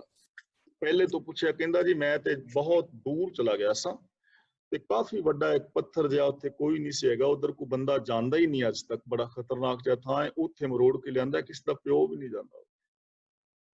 ਤੇ ਦੂਜੇ ਬੰਦੇ ਨੂੰ ਪੁੱਛਿਆ ਵੀ ਤੈਨੂੰ ਕੋਈ ਇਹੋ ਜਿਹੀ ਥਾਂ ਨਹੀਂ ਲੱਭੀ? ਕਹਿਣ ਲੱਗਾ ਨਾ। ਕਹਿੰਦਾ ਮੈਂ ਬਹੁਤ ਘੁੰਮਿਆ, ਮੈਂ ਗੁਫਾ ਦੇ ਵਿੱਚ ਵੀ ਵੜ ਗਿਆ ਜਿੱਥੇ ਕੋਈ ਬੰਦਾ ਛੱਡ ਕੇ ਪਰਿੰਦਾ ਵੀ ਨਹੀਂ ਵੜਦਾ, ਪਰ ਜਦੋਂ ਮੈਂ ਕਬੂਤਰ ਨੂੰ ਮਰੋੜਨ ਲੱਗਦਾ ਹਾਂ, ਕਬੂਤਰ ਮੇਰੇ ਵੱਲ ਵੇਖ ਰਿਹਾ ਸੀ, ਇਹ ਵੇਖ ਰਿਹਾ ਸੀ। ਔਰ ਦੂਜੇ ਨੰਬਰ ਤੇ ਜਿੱਥੇ ਵੀ ਮੈਂ ਗਿਆ ਰੱਬ ਵੇਖ ਰਿਹਾ ਸੀ। ਮੇਰਾ ਆਪਣਾ ਆਪਾ ਇਹਨੂੰ ਵੇਖ ਰਿਹਾ ਸੀ ਕਿ ਮੈਂ ਮਰੋੜਨ ਲੱਗਾ, ਮੈਂ ਵੇਖ ਰਿਹਾ ਸਾਂ, ਇਸ ਲਈ ਮੈਨੂੰ ਕੋਈ ਜਗ੍ਹਾ ਨਹੀਂ ਮਿਲੀ ਜਿੱਥੇ ਮੈਂ ਇਹਨੂੰ ਮਰੋੜ ਕੇ ਲਿਆਵਾਂ। ਹੈ ਨਾ, ਉਹ ਵੇਖਿਆ। ਗੱਲ ਤੇ ਇਹਨਾਂ ਚੀਜ਼ਾਂ ਨੂੰ ਸਮਝਣ ਦੀ ਹੈ, ਪਰ ਲੋਕਾਂ ਨੇ ਸਮਝਿਆ ਨਹੀਂ ਨਾ, ਕਿਉਂਕਿ ਰੱਬ ਨੂੰ ਉੱਤੇ ਬਿਠਾ ਲਿਆ। ਹਰ ਇੱਕ ਦੇ ਅੰਦਰ ਬੈਠਾ ਵੇਖ ਰਿਹਾ ਹੈ, ਮੇਰੇ ਅੰਦਰ ਬੈਠਾ ਮੈਨੂੰ, ਤੁਹਾਡੇ ਅੰਦਰ ਬੈਠਾ ਤੁਹਾਨੂੰ, ਜਰਰੇ ਜਰਰੇ ਵਿੱਚ ਵੀ ਉਹਨਾਂ ਨਜ਼ਰ ਨਾ ਆਵੇ, ਪਰ ਸਾਨੂੰ ਨਜ਼ਰ ਹੀ ਨਹੀਂ ਨਾ ਪੈ ਰਿਹਾ, ਸਮਝ ਨਹੀਂ ਨਾ ਪੈ ਰਹੀ ਇਸ ਗੱਲ ਦੀ। ਆਮ ਬੰਦਾ ਇਸ ਗੱਲ ਤੋਂ ਮੁਨਕਰ ਹੈ। ਕਾਸ਼ ਬੰਦਾ ਇਸ ਚੀਜ਼ ਨੂੰ ਸਮਝ ਲਵੇ ਔਰ ਇਹ ਭਾਵਨਾ ਸਾਡੇ ਇੱਕ ਦੂਜੇ ਦੇ ਮਿਲਵਰਤਨ ਵਿੱਚ ਆ ਜਾਏ ਤਾਂ ਕੈਸੀ ਜ਼ਿੰਦਗੀ ਹੋ ਜਾਏਗੀ। ਨੂੰਹ ਨੂੰ ਵੀ ਦਿਸੇ ਵੀ ਮੈਨੂੰ ਅੰਦਰ ਰੱਬ ਵੇਖ ਰਿਹਾ ਹੈ, ਸੱਸ ਨੂੰ ਜਦੋਂ ਤੰਗ ਕਰਨੀ ਆ ਸੱਸ ਨੂੰ ਵੀ ਦਿਖੇ, ਧੀਆਂ ਪੁੱਤਰਾਂ ਨੂੰ ਦਿਸੇ, ਭੈਣਾਂ ਭਰਾਵਾਂ ਨੂੰ ਦਿਸੇ, ਹਿੰਦੂ ਮੁਸਲਮਾਨ ਸਿੱਖ ਈਸਾਈਆਂ ਨੂੰ ਦਿਸੇ ਕਿ ਅਸੀਂ ਕੀ ਕਰ ਰਹੇ ਹਾਂ, ਸਾਡਾ ਆਪਣਾ ਆਪਾ ਸਾਨੂੰ ਵੇਖ ਰਿਹਾ ਹੈ। ਤਾਂ ਕਿੰਨਾ ਚੰਗਾ ਜੀਵਨ ਹੋ ਜਾਏਗਾ। ਉਹ ਵੇਖੇ ਉਹਨਾਂ ਨਜ਼ਰ ਨਾ ਆਵੇ, ਬਹੁਤਾ ਇਹ ਵਿਡਾਨ, ਗੁਰੂ ਜੀ ਕਹਿੰਦੇ ਨੇ ਹੈਰਾਨ ਕਰ ਦੇਣ ਵਾਲੀ ਗੱਲ ਹੈ ਇਹ, ਕਿ ਰੱਬ ਥਾਂ ਥਾਂ ਤੇ ਵੇਖ ਰਿਹਾ ਤੇ ਅਸੀਂ ਉਹਨੂੰ ਵੇਖ ਨਹੀਂ ਪਾ ਰਹੇ। ਕਿੱਡੀ ਵੱਡੀ ਹੈਰਾਨਗੀ ਵਾਲੀ ਗੱਲ ਹੈ। ਜ਼ਿੰਦਗੀ ਦਾ ਸਭ ਤੋਂ ਵੱਡਾ ਦੁੱਖ ਕੀ ਹੈ? ਗੁਰੂ ਜੀ ਕਹਿੰਦੇ ਨੇ ਜਲ ਥਲ ਮਹੀਲ ਪੂਰਿਆ ਰਵਿਆ ਵਿੱਚ ਵਣਾ। ਜਿਹੜਾ ਜਲ ਵਿੱਚ ਵੀ, ਧਰਤੀ ਵਿੱਚ ਵੀ, ਆਕਾਸ਼ ਵਿੱਚ ਵੀ, ਵਨਸਪਤੀ ਅੰਦਰ ਵੀ ਸਮਾਇਆ ਹੋਇਆ ਹੈ, ਸੋ ਪ੍ਰਭ ਚਿੱਤ ਨਾ ਆਵੇ ਤੇ ਉਹ ਰੱਬ ਦੇ ਚੇਤੇ ਹੀ ਨਾ ਆਵੇ, ਉਹ ਰੱਬ ਨੂੰ ਦਿਸੇ ਹੀ ਨਾ, ਕਿਤੜਾ ਦੁੱਖ ਗਣਾ। ਕਿੱਡੀ ਵੱਡੀ ਦੁੱਖ ਦੀ ਗੱਲ ਹੈ, ਤਾਂ ਮੈਂ ਕਿਵੇਂ ਅੰਦਾਜ਼ਾ ਲਾਵਾਂ? ਇਸ ਤੋਂ ਵੱਡੀ ਦੁਖਦਾਈ ਗੱਲ ਕੋਈ ਹੋ ਸਕਦੀ ਹੈ? ਇਹ ਗੁਰੂ ਜੀ ਕਹਿ ਰਹੇ ਹੁਣ ਜੋ ਦਿਸੈ ਸੋ ਤੇਰਾ ਰੂਪ, ਤੇ ਸਾਨੂੰ ਇੱਕ ਦੂਜੇ ਵਿੱਚ ਰੱਬ ਦਾ ਰੂਪ ਦਿਸੇ ਹੀ ਨਾ, ਤੇ ਇਸ ਤੋਂ ਵੱਡਾ ਦੁਖਾਂਤ ਕੀ ਹੋ ਸਕਦਾ? ਗੁਰੂ ਜੀ ਕਹਿੰਦੇ ਨੇ ਬਹੁਤਾ ਇਹ ਵਿਡਾਨ, ਇਹ ਸਭ ਤੋਂ ਹੈਰਾਨ ਕਰ ਦੇਣ ਵਾਲੀ ਗੱਲ ਹੈ, ਅਚਰਜ ਗੱਲ ਹੈ, ਬਹੁਤ ਵੱਡਾ ਦੁਖਾਂਤ ਹੈ ਕਿ ਸਾਨੂੰ ਉਹ ਦਿਸ ਨਹੀਂ ਰਿਹਾ। ਇਹ ਜੋਗੀਓ ਜੰਗਲਾਂ ਵਿੱਚ ਨਾ ਵਿਚਰੋ, ਉਸ ਮਾਇਆ ਨੂੰ ਕਾਬੂ ਕਰੋ। ਮਾਇਆ ਦਾ ਮਤਲਬ ਮੈਂਟੈਲਿਟੀ ਨੂੰ ਆਪਣੀ ਨੂੰ ਬਦਲੋ, ਰਾਜਗੁਣ ਤਮਗੁਣ ਸਤਗੁਣ ਤੋਂ ਉਤਾਂ ਉੱਠੋ, ਜੀਵਨ ਨੂੰ ਬੈਲੈਂਸ ਕਰੋ, ਗਿਆਨ ਦੀ ਵਰਤੋਂ ਕਰੋ, ਆਦੇਸ਼ ਤਿਸੈ ਆਦੇਸ਼, ਉਹਦੇ ਅੱਗੇ ਨਮਸਕਾਰ ਕਰੋ, ਨਤਮਸਤਕ ਹੋਵੋ। ਆਦ ਅਨੀਲ ਅਨਾਦ ਅਨਾਹਤ ਜੁਗ ਜੁਗ ਏਕੋ ਵੇਸ, ਜੋ ਸਭ ਦਾ ਮੁੱਢ ਮੂਲ ਹੈ, ਜੋ ਕਲੰਕ ਤੋਂ ਰਹਿਤ ਹੈ, ਜੋ ਆਦੰਤ ਤੋਂ ਪਰੇ ਹੈ, ਜੋ ਲਗਾਤਾਰ ਸਮਾਇਆ ਹੋਇਆ ਹੈ, ਜੋ ਜੁਗਾਂ ਜੁਗਾਂ ਤੋਂ ਇੱਕੋ ਹੀ ਹੈ, ਜਿਸ ਦੇ ਅੰਦਰ ਕਦੇ ਦੁਬਦਾ ਆਦਿਕ ਹੈ ਹੀ ਨਹੀਂ। ਤਾਂ ਗੁਰੂ ਪਾਤਸ਼ਾਹ ਜੀ ਨੇ ਇਹਨਾਂ ਪੌੜੀਆਂ ਰਾਹੀਂ ਸਾਨੂੰ ਸਮਝਾਇਆ ਹੈ ਕਿ ਜੇ ਇਹਨਾਂ ਗੁਣਾਂ ਦੇ ਧਾਰਨੀ ਹੋਵੋਗੇ ਤੇ ਤੁਸੀਂ ਸਚਿਆਰ ਹੋ ਜਾਓਗੇ, ਸਚਿਆਰ ਬਣ ਜਾਓਗੇ, ਸੱਚੇ ਰੱਬ ਵਿੱਚ ਸਮਾ ਜਾਓਗੇ, ਜੀਵਨ ਸਫਲ ਹੋ ਜਾਏਗਾ। ਇਸ ਲਈ ਜਿੰਨੇ ਵੀ ਆ ਤਿਆਗ ਸ਼ਿਆਗ ਨੇ ਸਾਰੇ ਵਾਧੂ ਦੇ ਕਰਮ ਨੇ। ਅਸੀਂ ਐਵੇਂ ਇਹਨਾਂ ਲੋਕਾਂ ਨੂੰ ਮਹਾਨ ਸਮਝ ਬੈਠੇ ਹਾਂ। ਸਾਡੇ ਅੰਦਰ ਬੜੇ ਵੱਡੇ ਭਰਮ ਭੁਲੇਖੇ ਪੈਦਾ ਕਰ ਦਿੱਤੇ ਗਏ ਨੇ कि जिहड़ा त्यागी है वो बड़ा महान हुंदा है, क्योंकि त्याग करना औखा है। ਅਸੀਂ इस चीज ਨੂੰ ਮੰਨ ਲਿਆ कि वास्तव 'ਚ ਔਖਾ है। फिर ਇਹ ਸਾਨੂੰ ਬਿਠਾਇਆ ਗਿਆ ਕਿ ਤੁਸੀਂ ਗ੍ਰਸਤੀ ਪਾਪੀ ਹੋ, ਅਸੀਂ ਇਹ ਵੀ ਮੰਨ ਲਿਆ। ਤੇ ਫਿਰ ਸਾਡੇ ਮਨ 'ਚ ਇਹ ਬਿਠਾਇਆ ਗਿਆ ਕਿ ਤੁਸੀਂ ਪਾਪੀ ਹੋ, ਤੁਸੀਂ ਨੀਵੇਂ ਹੋ, ਅਸੀਂ ਉੱਚੇ ਔਰ ਮਹਾਨ ਆ, ਸਾਡੀ ਪੂਜਾ ਕਰੋਗੇ ਤੇ ਤੁਸੀਂ ਸੁਖੀ ਹੋਵੋਗੇ। ਅਸੀਂ ਇਹ ਵੀ ਮੰਨ ਲਿਆ ਤੇ ਉਹਨਾਂ ਦੀ ਪੂਜਾ ਕਰਨ ਲੱਗ ਗਏ। ਪਰ ਗੁਰੂ ਸਾਹਿਬ ਤਾਂ ਇਹਨਾਂ ਚੀਜ਼ਾਂ ਨੂੰ ਨਕਾਰ ਰਹੇ ਨੇ ਸਾਰੀਆਂ। ਹੁਕਮ ਰਜ਼ਾਈ ਚੱਲਣਾ ਹੈ ਸਾਰਿਆਂ ਵਾਸਤੇ, ਗਿਆਨ ਦੀ ਵਰਤੋਂ ਕਰਨੀ ਹੈ, ਆਪਣੀ ਜਿਹੜੀ ਮੈਂਟੈਲਿਟੀ ਹੈ ਉਹਨੂੰ ਚੇਂਜ ਕਰਨਾ ਹੈ। ਹਰ ਇਨਸਾਨ ਮਹਾਨ ਹੋ ਸਕਦਾ ਹੈ, ਇਹ ਪੋਸੀਬਿਲਿਟੀ ਹੈ, ਇਹ ਸੰਭਾਵਨਾ ਹੈ, ਅਸੀਂ ਐਸੇ ਹੋ ਸਕਦੇ ਹਾਂ। ਤਾਂ ਮੈਂ ਇੱਥੇ ਖਿਮਾ ਦਾ ਜਾ ਚੁੱਕਾ। ਅੱਜ ਜੋ ਅਸੀਂ 2 ਪੌੜੀਆਂ ਦੀ ਵਿਚਾਰ ਕੀਤੀ ਹੈ,